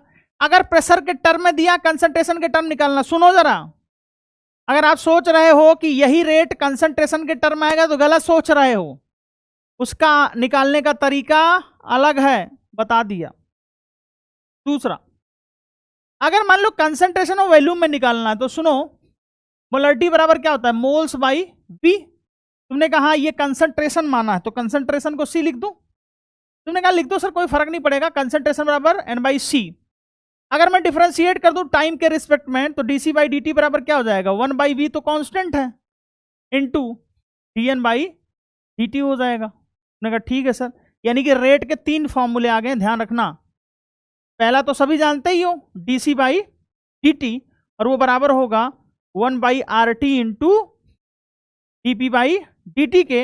आपको बस याद रखना, यूज नहीं करना मेरे भाई, सीधे इक्वेशन पूछ लेगा 1/V इंटू dN/dt।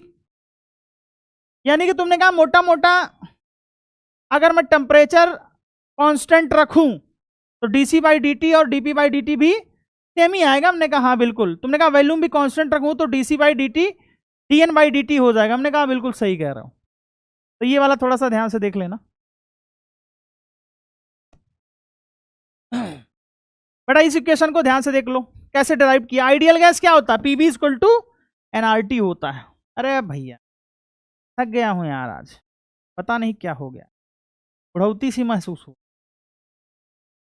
कैसी महसूस हो रही है? बुढ़ौती महसूस, बुढ़ौती महसूस। अरे उम्मीद करता हूं कि ये अब क्वेश्चन कर लोगे, परेशान मत होना। जितना पढ़ाए हो ना बेटा उतना ही पूछा जाएगा, एक्स्ट्रा कुछ भी पूछा नहीं जाएगा। मेरे प्यारे बच्चों, क्या मेरी बात समझ में आ रही है क्या? जी सर आ रही है सर, आगे बढ़ो। ओके चलो अगला topic start, rate law and rate expression. पहले इसको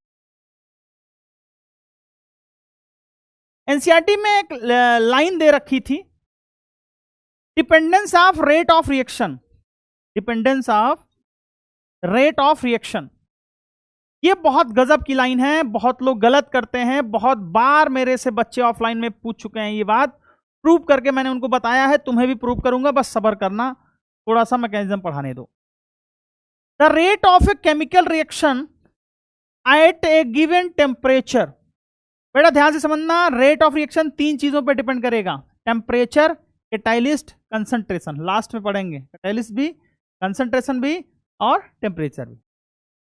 मे डिपेंड ऑन द, डिपेंड कर सकता, मे का मतलब समझते हो? मे depend on the concentration of one और मोर रिएक्टेंट्स एंड प्रोडक्ट्स। ध्यान रखना, सारे टीचर्स भी यही बताते हैं केवल रिएक्टेंट की कंसंट्रेशन पर डिपेंड करेगा, लेकिन गलत है, लेकिन गलत है। रिएक्टेंट और प्रोडक्ट दोनों की कंसंट्रेशन पर डिपेंड कर सकता है। जब मैं O3 का डिसोसिएशन बताऊंगा, 2O3 गिव्स 3O2 में मैकेनिज्म बताऊंगा, याद रखना उसमें O2 की भी कंसंट्रेशन पे उसका रेट डिपेंड करता है, उसमें O2 की भी कंसंट्रेशन पे उसका रेट डिपेंड करता है, उसका रेट यही आता है शायद, प्रूव करूंगा, परेशान मत हो। तो थ्योरी पढ़ लिया कि जो रेट ऑफ रिएक्शन है वो कंसंट्रेशन पे डिपेंड करता है, किसके? रिएक्टेंट और प्रोडक्ट के। डिपेंड कर भी सकता है, नहीं भी कर सकता है, यानी कि फाइनली बोलूं तो डिपेंडेंट और independent from the concentration of reactant और प्रोडक्ट। स्टेटमेंट के सवाल यहां से बन सकते हैं, याद रखना, और जो एनसीईआरटी में दिया है वही सही माना जाएगा, क्योंकि पिछले साल एक्टिवेशन एनर्जी वाला सवाल जो आया था एनसीईआरटी में उसने नहीं दिया है, तो उसने वही माना, भले ही आप होता हो 0 पर क्या फर्क पड़ता, तो नहीं माना उसने। The representation of rate of reaction in terms of concentration of reactant is known as rate law, it is also called rate equation and rate expression. कह रहा है कि जब रेट आप कंसंट्रेशन के टर्म में रिप्रेजेंट करोगे तो उसे हम रेट लॉ बोलेंगे। ये एनसीईआरटी की लाइन लिखी है ताकि आपको कोई कंफ्यूजन ना हो, तो एनसीईआरटी की लाइन से ही असर्शन रीजन बनेगा, और इससे बन सकता है, मैं पिछले 8-10 सालों से बोल रहा हूं ये बात। तो रेट लॉ बोलते हैं, रेट इक्वेशन बोलते हैं और रेट एक्सप्रेशन बोलते हैं। 3 नाम आया है, ध्यान से समझ लेना। क्या आया है? रेट लॉ, रेट इक्वेशन, तीनों एक ही चीज है, और रेट एक्सप्रेशन। ठीक है सर, अच्छी बात है सर, आगे याद रखेंगे, ठीक है, बस याद रखें रेट लॉ। चलो शुरू करते हैं। रेट लॉ, रेट एक्सप्रेशन, या फिर तीसरा नाम था रेट इक्वेशन क्या होता है, ध्यान से समझ। अगर कोई इक्वेशन, ध्यान से समझना, अगर कोई equation A plus B B gives products, products के बारे में जानकारी नहीं दे रखी, गिवन है, अगर कोई रिएक्शन गिवन है जो इसका रेट होगा वो डायरेक्टली प्रोपोर्शनल होगा ए की कंसंट्रेशन के पावर एक्स और बी की कंसंट्रेशन के पावर वाई, कुछ भी हो सकता है।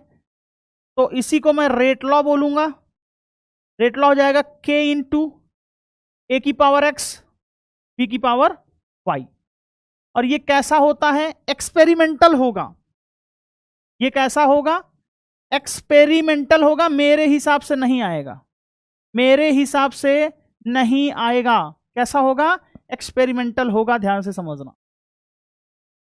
Thus, rate law is the expression in which reaction rate is given in terms of molar concentration of reactant with each term raised to some power which may or may not be same as the stoichiometric coefficient of the reacting species in balance chemical equation। क्या बात है, सुनो, कह रहा है कि जो rate law का एक्सप्रेशन है वो रिएक्टेंट के मोलर कंसंट्रेशन के टर्म में दिया जाता है, प्रत्येक टर्म में, ठीक है ना, जो कुछ ना कुछ उनके पावर होती है, वो अपने जो पावर है वो अपने स्टोइकियोमेट्रिक कोएफिशिएंट के बराबर हो सकती हैं, बराबर नहीं भी हो सकती। तुमने कहा समझे नहीं सर। अगर हमने एक रिएक्शन लिखी A plus B B gives product, तो अगर लॉ ऑफ मास एक्शन होता, मैं नहीं पढ़ाता हूं, वो फर्जी चीज है, एनसीईआरटी में है भी नहीं, ठीक है ना, वो केमिकल इक्विलिब्रियम में पढ़ाया जाता है, बट अपन केमिकल काइनेटिक पढ़ रहे हैं तो जरूरत नहीं है।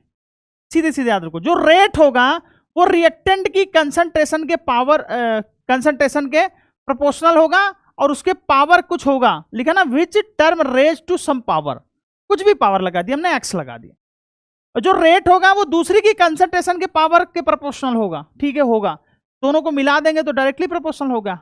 हटा दिया तो रेट को रेट लॉ लिखते हैं जब ढंग से लिखा जाता है, तो के इंटू ए की पावर एक्स बी की पावर वाई। यानी कि ध्यान से समझना, यानी कि अगला बात कि अगर कोई reaction A plus B B gives product ही लिख दो, प्रोडक्ट्स हो, तो रेट लॉ कैसे लिखोगे, ध्यान से समझो कैसे लिखोगे उस थ्योरी के अकॉर्डिंग। रेट लॉ कहता है कि के इंटू, के कोई कांस्टेंट होगा, बता रहा हूं के क्या होगा, कंसंट्रेशन ए की पावर एक्स होगा, बी की पावर वाई होगा, ठीक है भैया। अब ध्यान से समझना, एक्स बराबर ए हो सकता है, एक्स ए के बराबर नहीं हो सकता, ठीक है, बी वाई जो है वो बी के बराबर हो सकता है और y जो है वो b के बराबर नहीं हो सकता। तुमने कहा समझा नहीं, अरे a के पावर आ सकता है, b के पावर यहां आ सकता है, नहीं भी आ सकता है, क्योंकि ये कैसा है, एक्सपेरिमेंटल है। कैसा होता है, एक्सपेरिमेंटल होता है, ठीक है। ये पॉजिटिव वैल्यू होती है, निगेटिव वैल्यू भी पॉसिबल होती है, फ्रैक्शन भी पॉसिबल होती है, ठीक है, लेकिन ध्यान रखना इर्रेशनल नहीं हो सकता, इर्रेशनल नहीं हो सकता है, इर्रेशनल वैल्यू नहीं हो सकती है। जैसे एग्जांपल में कौन कौन सी वैल्यू, √2, √3, 1/√2, पाई etc, ये कैसी वैल्यू होती हैं, इर्रेशनल वैल्यू होती हैं। तो ये वैल्यू पॉसिबल नहीं है, ये एक्सपेरिमेंटल होता है, पॉजिटिव हो सकता है, निगेटिव हो सकता है, फ्रैक्शन हो सकता है, लेकिन इर्रेशनल नहीं हो सकता। तुमने कहा सर समझ नहीं पा रहे, जुगाड़ बता, मैंने कहा जुगाड़ ही तो बता रहा हूं यार, कि कोई भी रिएक्शन हो बेटा, ध्यान से समझना, एनसीईआरटी ने बोला, तो रेट लॉ लिखेंगे के इंटू ए की पावर एक्स बी की पावर वाई, ध्यान समझना। एक होता है ऑर्डर ऑफ रिएक्शन, एक टर्म होता है order of reaction. Order of reaction क्या होता है, सम ऑफ पावर ऑफ कंसंट्रेशन जो कंसंट्रेशन के पावर नहीं है उसका सम क्या कहलाएगा, ऑर्डर ऑफ रिएक्शन। तो ऑर्डर ऑफ रिएक्शन क्या हो जाएगा, x प्लस वाई हो जाएगा। ऑर्डर ऑफ रिएक्शन क्या हो जाएगा, x प्लस वाई हो जाएगा। तुमने कहा सर समझा नहीं, हमने कहा रुको अलग से समझा देता हूं, सुनो इसको अलग से समझा देता हूं। क्या ये बात समझ में आई? एक्सपेरिमेंटल है, पॉजिटिव हो सकता है, निगेटिव हो सकता है, इंटीजर हो चाहे फ्रैक्शन हो, ठीक है, बस इर्रेशनल नहीं होना चाहिए। ठीक है सर, सवाल बनाएंगे, सुनना जरा। अगर मैंने कोई रिएक्शन लिखी A plus PB gives products, क्या लिखा, प्रोडक्ट्स, ध्यान समझना। तो रेट लॉ कैसे लिखोगे, तो रेट लॉ लिख सकते हो के इंटू ए की पावर पी पी की पावर क्यू। अब कुछ लोग परेशान हो जाएंगे, सर एक्स लिखा था, मेरी मर्जी, मैं कुछ भी लिखूं, ये कैसा होता है, एक्सपेरिमेंटल होता है, कौन देगा, एक्सपेरिमेंट देगा, तुम लिख नहीं सकते। अब एक ट्रिक बताऊंगा तो लिख लोगे उससे, ठीक है सर। अगर मैं बात करूं के की, तो के क्या होता है, रेट कांस्टेंट होता है, रेट कांस्टेंट होता है, ठीक है सर, अच्छी बात। अभी लास्ट वाली स्लाइड में आप ऑर्डर ऑफ रिएक्शन बता रहे थे, क्या होती है ऑर्डर ऑफ रिएक्शन, ध्यान समझना। Sum of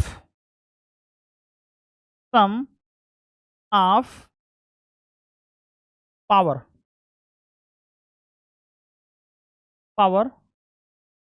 which is raised, power of, सीधे लिख देता हूं कंसंट्रेशन, कंसंट्रेशन की पावर का सम क्या हो जाएगा, ऑर्डर ऑफ रिएक्शन हो जाएगा, ठीक है भैया। यानी कि ध्यान से समझना, अगर मैं बोलूं ऊपर वाली रिएक्शन के हिसाब से, मैं एक नई रिएक्शन लिख लेता हूं, रेट लॉ अपने को गिवन है के इंटू ए की पावर पी बी की पावर क्यू, ठीक है भैया। अगर मैं कहूं कि overall rate of reaction, overall order of reaction, तो बेटा टोटल सम निकाल लो, P प्लस क्यू, क्या हो जाएगा, P प्लस क्यू हो जाएगा। अगर मैं बोलूं order of reaction with respect to A, तो P, B तो Q, बस छोटी सी बात है। तुमने कहा सर समझ में नहीं आया, हमने कहा पहले कौन सा समझ में आ रहा था, और इसमें समझने ज्यादा कुछ नहीं है, रेट लॉ गिवन होगा तभी तुमको ऑर्डर ऑफ रिएक्शन निकालने को बोला जाएगा। तुमने कहा ठीक है सर समझ में आ चुका है मुझे। अरे क्या मेरी बात समझ में आई क्या मेरे भाई, ठीक है सर। अब मैंने कहा ऑर्डर ऑफ रिएक्शन कैसे निकालेंगे, रेट लॉ गिवन है के इंटू ए की पावर पी बी की पावर क्यू, तो ओवरऑल ऑर्डर ऑफ रिएक्शन क्या हो जाएगा, P प्लस क्यू। लेकिन मान लो किसी ने पूछा नहीं कि मुझे ए के रिस्पेक्ट में बताओ, किसके रिस्पेक्ट में, ए के रिस्पेक्ट में बताओ, तो ए के रिस्पेक्ट में क्या होगा, जो ए के पावर होगा, बी के रिस्पेक्ट में जो बी के पावर होगा। तुमने कहा अच्छा सवाल करके बताओ, हमने कहा सुनो, ए प्लस बी प्लस सी गिव्स प्रोडक्ट, एक रिएक्शन है। तुमने कहा ठीक है सर होगा।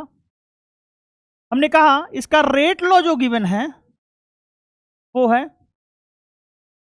के इंटू ए की पावर 1 बी की पावर 2 सी की पावर 3, ठीक है सर। मैंने कहा ऑर्डर ऑफ रिएक्शन बताओ, तुमने कहा order of reaction, order of reaction जब भी पूछा जाएगा ओवरऑल ही पूछा जाएगा, तो 1 + 2 + 3 कितना हो जाएगा।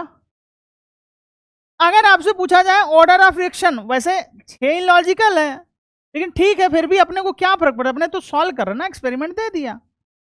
Order of reaction with respect to A पूछा जाए तो ए का कोफिशिएंट देखोगे, order of reaction with respect to, WRT का मतलब हो गया विथ रिस्पेक्ट टू, बी पूछा जाए तो बी का पावर देखोगे, order of reaction with respect to C पूछा जाए। टेक्निक सिखा रहा हूं बेटा, थ्योरी खत्म हो गई, थ्योरी तो बस इतना सा था, एक लाइन, तो 1 2 3, ठीक है सर। दूसरा क्वेश्चन मेरे प्यारे बच्चों, तुम पॉज करोगे, ठीक है। कोई रिएक्शन है, हो रही है, जिसका रेट लॉ गिवन है। क्या है? रेट लॉ गिवन है के इंटू ए की पावर हाफ, टी की पावर 1/3, टी की पावर 1/4, टी की पावर 1/4 दिख रहा है? हाँ दिख रहा है, टी की पावर 1/4।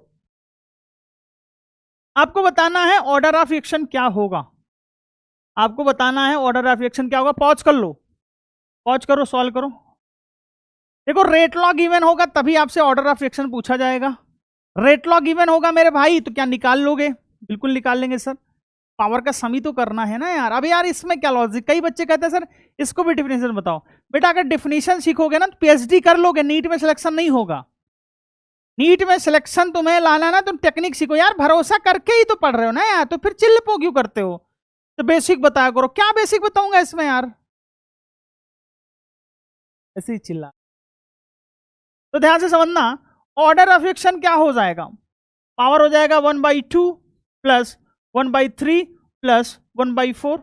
सम कर दो बेटा, एलसीएम ले लो, 12 आ जाएगा, 6 हो जाएगा प्लस 4 हो जाएगा प्लस 3 हो जाएगा, तो हो जाएगा 13/12 हो जाएगा। ओवरऑल ऑर्डर ऑफ रिएक्शन क्या हो जाएगा? 13/12 हो जाएगा। तुमने कहा बहुत अच्छी बात है सर, बहुत अच्छी बात है सर, मजा ही आ गया। अब सुनो, A+2B गिव्स प्रोडक्ट्स दे रखा है, पॉज करके सॉल्व करो दोस्तों। इसका जो रेट लॉ है वो कुछ इस प्रकार से दे रखा है, K इंटू ए की पावर -2 और B की पावर 1/2। सॉल्व करो, दूसरा क्वेश्चन दे।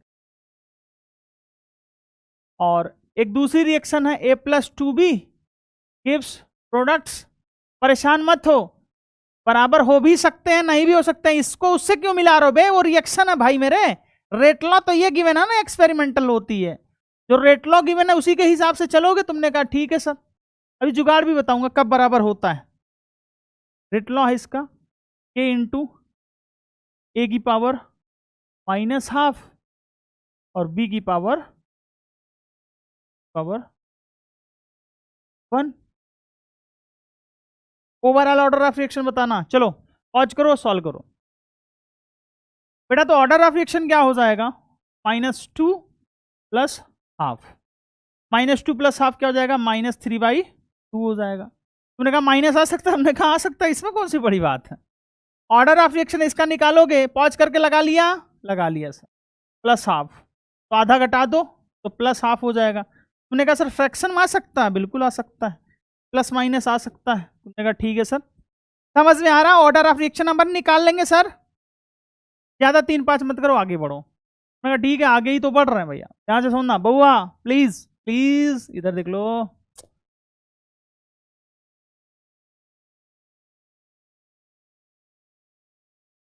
हाँ, which of the following does not possible order of reaction. एक क्वेश्चन मैंने जो दिया ना होमवर्क में, वो वाला आराम से सॉल्व करके आना, मैं भी आंसर चेक कर लूंगा। एक ही बार होता है ना कि आंसर ही गलत दिया होता, फिर अपन सॉल्व करते रहते हैं। जैसे पिछले वाले डीपीपी में एक सवाल था, परेशान होने की जरूरत नहीं, उसमें लैंग्वेज का हेर फेर है, बाकी कॉन्सेप्ट तुम्हें समझा दिया है यार, ठीक है ना, परेशान मत हो आप।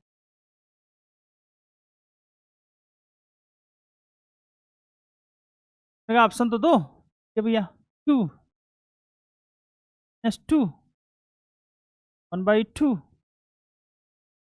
-2 √2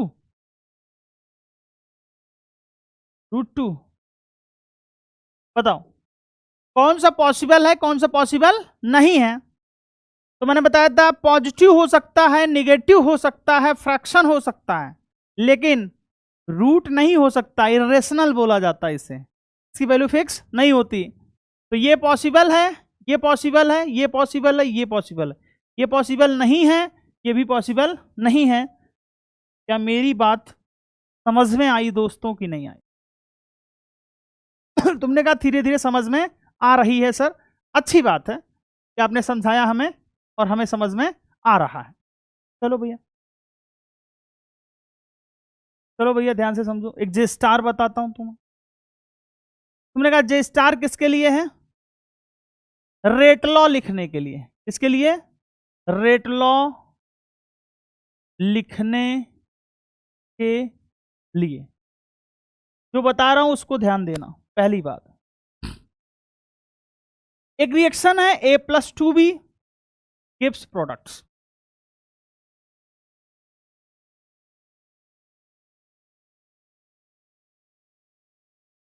रिएक्शन के बारे में कुछ नहीं दिया है। जब रिएक्शन के बारे में कुछ नहीं दिया होगा तो रेट लॉ शांति से क्या लिखेंगे? रेट लॉ शांति से लिखेंगे K इंटू A की पावर X V की पावर Y होगा। और यहां पे ऑर्डर ऑफ रिएक्शन क्या हो जाएगा? X प्लस वाई होगा। अब X प्लस वाई भगवान जाने क्या होगा, वो तो एक्सपेरिमेंट से ही आएगा, आप प्रिडिक्ट नहीं कर सकते। कोई भी स्टार काम नहीं करेगा। तुमने कहा अच्छा, फिर काहे का जेस था? बेटा यही तो बता रहा कि तुम गलती मत करना। दूसरी बात, मैक्सिमम क्वेश्चंस में आपसे बोला जाएगा कि एलिमेंट्री रिएक्शन है। This is elementary reaction, this is elementary reaction. जब एलिमेंट्री रिएक्शन गिवन होगी तो स्टाइक्योमेट्रिक कोफिशिएंट बराबर होगा अपने पावर के। क्या बात है सर, इंतजार था इसी का आ गया। What is elementary reaction? जो एक स्टेप में कंप्लीट हो जाएगी उसे एलिमेंट्री रिएक्शन कहेंगे। तुमने कहा क्या हम पहचान पाएंगे? नहीं, पहचान नहीं पाओगे। तुम पहचान नहीं पाओगे, तुम्हें पता करना होगा। बेटा सारे लोग डीपीपी के सवाल करते रहिए, सारे लोग एग्जाम्पल्स करते रहिए। तो जब एलिमेंट्री रिएक्शन क्वेश्चन में बोला जाएगा तब रेट लॉ क्या लिखोगे? तब तुम लिखोगे रेट लॉ बराबर K इंटू A की पावर 1 B की पावर 2। जो तुम सोच रहे थे तुम्हारी मुरादें पूरी हो गई। और ऑर्डर ऑफ रिएक्शन क्या हो जाएगा? 1 + 2 = 3 हो जाएगा। सर मजा आ गया, खुश हो गया, दिल खुश हो गया। सर यही सोच रहे थे सर, यहाँ 1 है तो 1 चढ़ेगा, वहां 2 है तो 2। नहीं, हमेशा नहीं होगा। जब एलिमेंट्री रिएक्शन होगा तब होगा। तीसरी बात ध्यान से सुनो, A+2B gives products. A+2B gives product. इसमें अगर मान लो कोई भी एक रिएजेंट एक्सेस में दिया है, एक भी रिएजेंट एक्सेस में दिया है, तो इसका रेट लॉ हमेशा दूसरे वाले के हिसाब से लिखा जाएगा जो लिमिटिंग है, यानी कि जो एक्सेस में नहीं है उसके हिसाब से एलिमेंट्री मान के लिखा जाएगा KB की पावर 2। तू देखा समझा नहीं ये कैसे? ये जे स्टार है, ये थ्योरी नहीं है, ये आपको जे स्टार बता रहा हूं कि इससे क्वेश्चंस की रफ्तार बढ़ेगी, क्वेश्चंस की रफ्तार बढ़ेगी। KB की पावर 2। तो यहां पे ऑर्डर ऑफ रिएक्शन क्या हो जाएगा? 2 हो जाएगा। ऑर्डर ऑफ रिएक्शन क्या हो जाएगा? 2 हो जाएगा। चौथी बात ध्यान से समझना, अगर मान लो A+2B गिव्स प्रोडक्ट्स है, A+2B गिव्स प्रोडक्ट्स है, ये बातें याद रखना बेटा। और ये वाली क्वांटिटी एक्सेस में है, ये वाली क्वांटिटी एक्सेस में है, तो इसके हिसाब से हम रेट लॉ लिखेंगे। तो यहां पर रेट लॉ जो आएगा मेरे भाई क्या आएगा? रेट लॉ हो जाएगा K इंटू कंसंट्रेशन A की पावर 1 हो जाएगा। और ऑर्डर ऑफ रिएक्शन क्या हो जाएगा? 1 हो जाएगा। तो बहुत अच्छी बात है सर, बहुत अच्छी बात है सर, आपने बहुत गजब बताया। क्या इसको हम यूज कर सकते हैं? बैठने का मन है लेकिन बैठ ही जाते हैं। तो बेटा ध्यान से देखो, पहली बात हमने क्या बताई थी दोस्तों, पलट के देखते हैं। मैंने बोला कि जब कुछ भी ना गिवन हो तो जैसे लिखते हो जैसे तुम्हें कुछ पता ही नहीं है, तो A की पावर X B की पावर Y। तुमने कहा ठीक है सर, लेकिन अगर एलिमेंट्री रिएक्शन बोलेगा, हर बार बोलेगा फॉर द एलिमेंट्री रिएक्शन फलाने फलाने से रिएक्ट करके ढमकाने बना रहे हैं, तो बताइए ननकाने क्या होंगे? तो फलाने फलाने ढमकाने बना रहे हैं, तो ननकाने कैसे होंगे? जो स्टाइक्योमेट्रिक कोफिशिएंट होगा वही उनके पावर चढ़ जाएगा। चढ़ने का मतलब है कि ऊपर हो जाएगा, कुछ और मत समझिएगा। तीसरी बात थी कि भैया अगर कोई एक स्पीसीज एक्सेस में हो जाए तो ऑर्डर ऑफ रिएक्शन कैसे लिखोगे?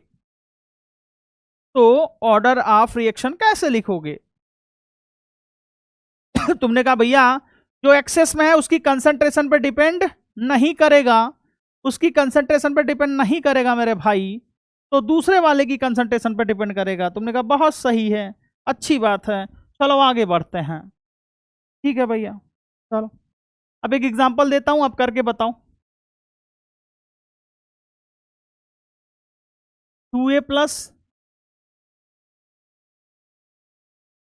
3b gives products। Elementary reaction है ये, ठीक है सर। रेट लॉ लिखो भैया। दूसरी बात, a plus b gives products, ये भी एलिमेंट्री रिएक्शन है। अपने मन में सोच के लिखो। तुमने कहा लिख लिया सर। बेटा अगर एलिमेंट्री रिएक्शन है तो रेट लॉ क्या होगा? k इंटू ए की पावर 2 b की पावर 3। वैसे 3 मतलब ऑर्डर ऑफ रिएक्शन बहुत ज्यादा नहीं होता है, 5 नहीं होता, लेकिन ठीक है, फिर भी एक्सपेरिमेंट अपने को क्या करना। तो बेटा इसका रेट लॉ लिखना है। जब एलिमेंट्री रिएक्शन होगी तो जो पावर होगा वही, जो स्टाइक्योमेट्रिक कोफिशिएंट होगा वही क्या जाएगा? पावर जाएगा। भैया ये ताकत है इस टॉपिक की। तुमने कहा ये हाइपोथेटिकल कराया आपने, ओरिजिनल में कुछ होगा क्या? आओ अब ओरिजिनल में तुम्हें देता हूं, तुम करो, ठीक है ना? मैं रिएक्शन दे रहा हूं तब तुम्हें करना है, अपने मन से दिमाग मत लगाने लग जाना। रिएक्शन कहां से आया? रिएक्शन गया तेल लेने, तुम्हें क्या लिखना है? तेल नहीं, रेट कांस्टेंट लिखना। इसको बोलते हैं हाइड्रोलिसिस ऑफ एस्टर।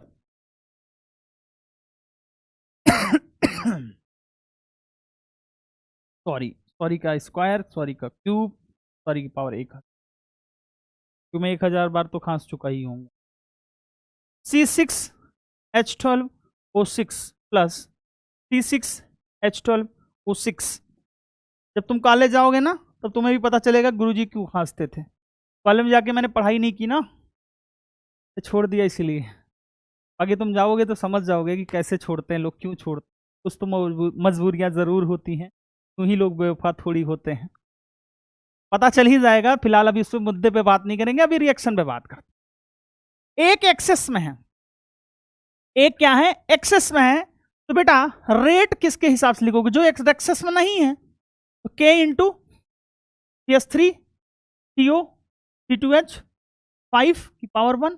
और ऑर्डर ऑफ रिएक्शन कितना है? 1 है, तो फर्स्ट ऑर्डर की रिएक्शन हो गई। इसे सूडो ऑर्डर बोलते हैं, बाद में पढ़ेंगे, अभी कुछ नहीं। दूसरा का रेट लिखना चाहो, रेट या रेट लो, बात तो एक ही है ना।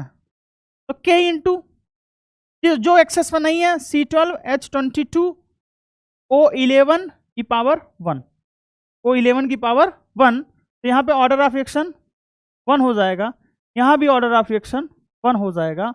अगर आपको ये जो स्टार का कॉन्सेप्ट याद हो गया तो सारे क्वेश्चंस हो जाएंगे। हमने कहा बाकी ये एक्सपेरिमेंट से निकालना होगा, अगली क्लास में हम लोग पढ़ेंगे। मोलिकुलरिटी ऑफ रिएक्शन पढ़ेंगे और डिफरेंट मेथड पढ़ेंगे कि कैसे हम निकालते हैं। बहुत धीरे धीरे देखो पढ़ा रहा हूं, ज्यादातर क्वेश्चन करा रहा हूं, क्योंकि खूब क्वेश्चन करो और जाके PYQ करना, मजा आएगा तुम्हें। ध्यान से समझना। यूनिट ऑफ रेट कांस्टेंट बहुत ही खूबसूरत टॉपिक है, एनसीईआरटी में भी दिया है, ध्यान से देख लेना। पहले मैं यूनिट कंफर्म कर दूं बेटा। कंसंट्रेशन की यूनिट क्या होती है? मोलरिटी। और मोलरिटी क्या होता है? मोल लीटर इनवर्स होता है। कहा सर इतना पता? अरे इतना नहीं पता, कई बार कंफ्यूजन हो जाता। सुनो, अगर रेट बराबर लिखा हो K इंटू कंसंट्रेशन A की पावर N, ठीक है ना? तो मान लेना कोई रिएक्शन है, A गिव्स प्रोडक्ट्स, कोई रिएक्शन है, होगा, अपने को क्या लेना देना। तो यहां पे ऑर्डर ऑफ रिएक्शन क्या है? n है। यहाँ पे ऑर्डर ऑफ रिएक्शन क्या है, n है। तुमने कहा अच्छी बात है, ध्यान से समझना। अगर मैं k बराबर लिखूं तो रेट बाई a की पावर n लिख सकता हूं। तुमने कहा बिल्कुल लिख सकते हैं, बिल्कुल लिख सकते हैं। अब अपन मैं बात करूं यूनिट की, तो रेट की यूनिट होती है बेटा मोलारिटी इंटू टाइम इनवर्स। याद करो अरे डीसी बाई डी होता था तो मोलारिटी बाई टाइम इनवर्स नहीं होगा, बिल्कुल होगा। अपॉन कंसंट्रेशन की यूनिट क्या होती है, मोलारिटी, मोलारिटी की पावर n हो जाएगा। तो k बराबर क्या हो जाएगा, ये ऊपर जाएगा, ये ऊपर जाएगा तो एक में से n घट जाएगा तो हो जाएगा टाइम इनवर्स हो जाएगा, और ये यूनिट आ गई। अगर आप मेरी सलाह माने तो सिर्फ यही याद रखें आप मेरी सलाह माने तो सिर्फ यही याद रखें, for nth order, for nth order. अब ध्यान से समझना, अगर मैं बोलूं n की वैल्यू 0 है तो इसे बोलेंगे जीरो ऑर्डर रिएक्शन।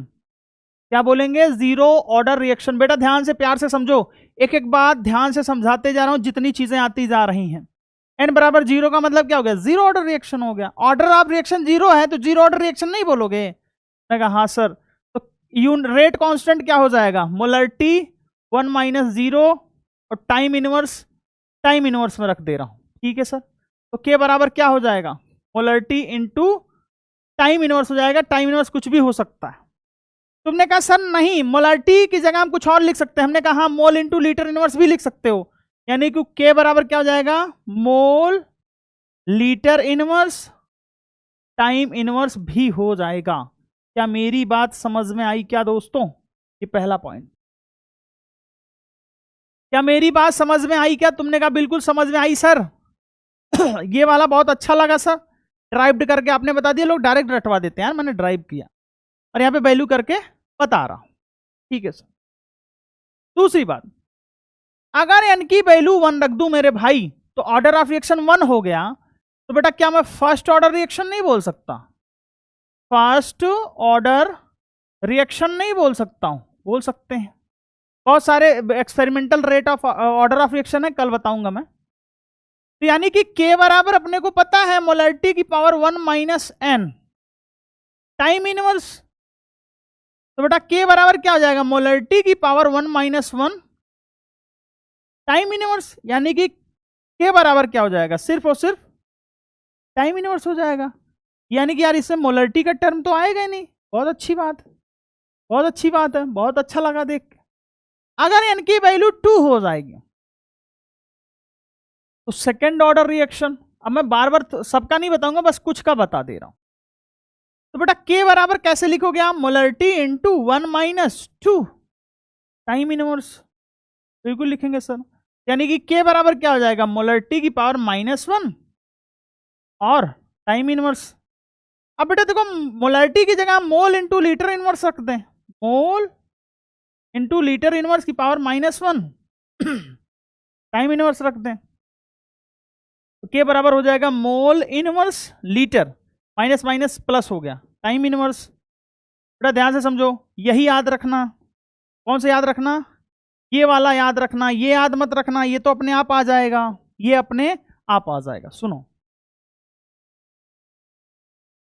तुमने कहा सर बहुत कंफ्यूजन सा हो रहा है। अरे कुछ नहीं, रेट की आप यूनिट जानते हो, मोलारिटी बाई टाइम इनवर्स। मैंने कहा sir molarity into time inverse, molarity by time, बात एक ही। हमने कहा ठीक है। अब बेटा अगर आपको रेट कांस्टेंट निकालना है तो रेट बाई क्या लिखोगे, m की पावर n, यानी कि जो रेट कांस्टेंट की यूनिट आई वो मोलारिटी की power 1 minus n time inverse आ गया। ठीक है सर, आ गया। अब जो भी ऑर्डर ऑफ रिएक्शन आपको गिवन हो शायद इसी की वजह से हो रहा,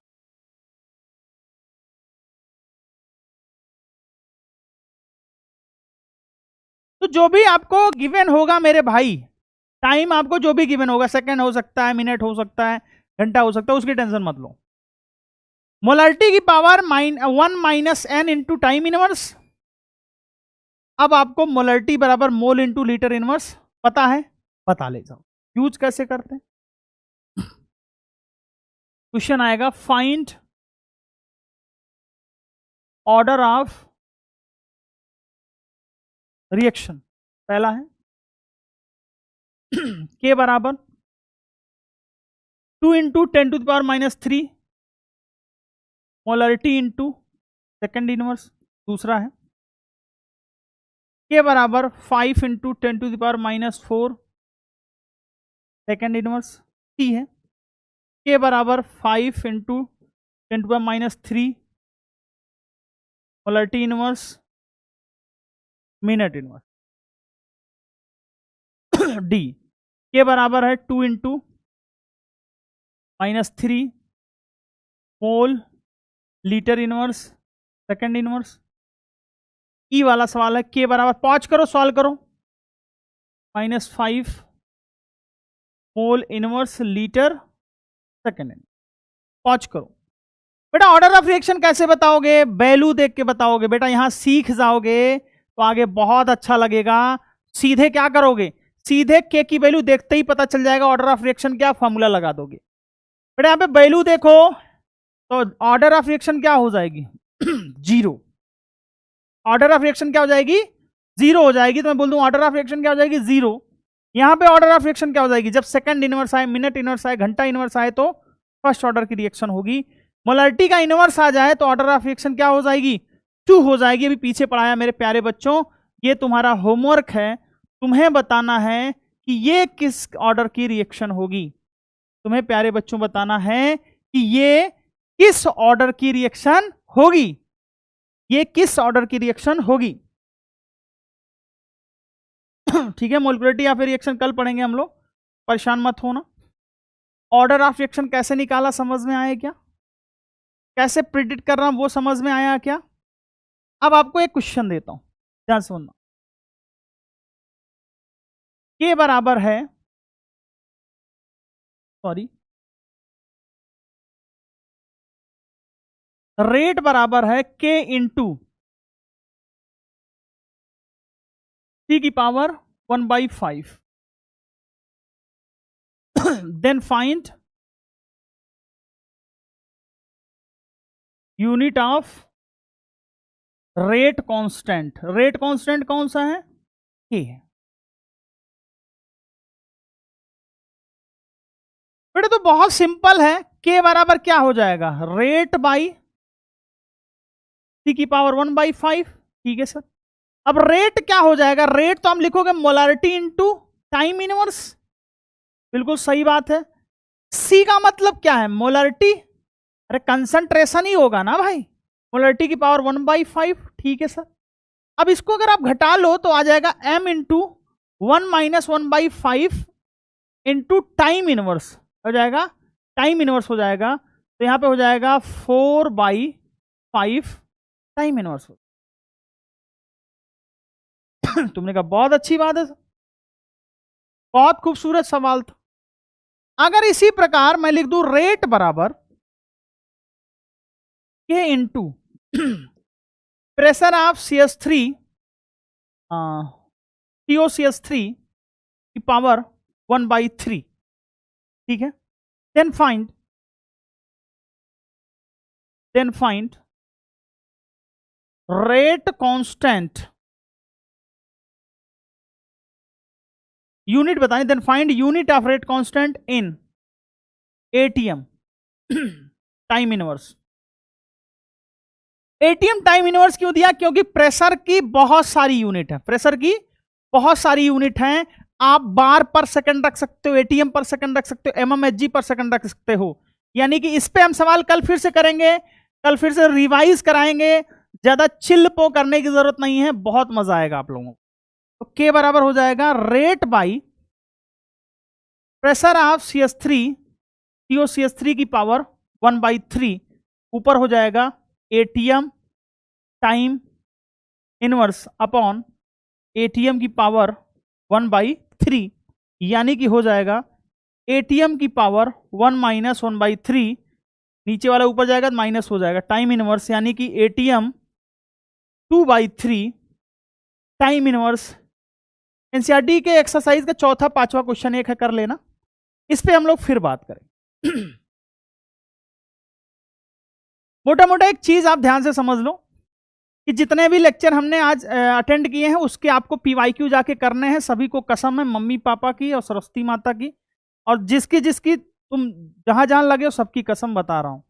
तुम क्वेश्चंस करते नहीं हो, इसलिए तुम्हारा जो है ऑब्जर्वेशन सही आ नहीं रहा है कि हमें समझ में आ रहा कि नहीं आ रहा। तो आज का होमवर्क है आपको तुरंत जाके डीपीपी करने हैं, पीवाईक्यू करने हैं। फिर नेक्स्ट लेक्चर में आएंगे तो पूरा रिवाइज करते हुए चलेंगे, rate law, order of reaction और मोलिकुलरिटी ऑफ रिएक्शन।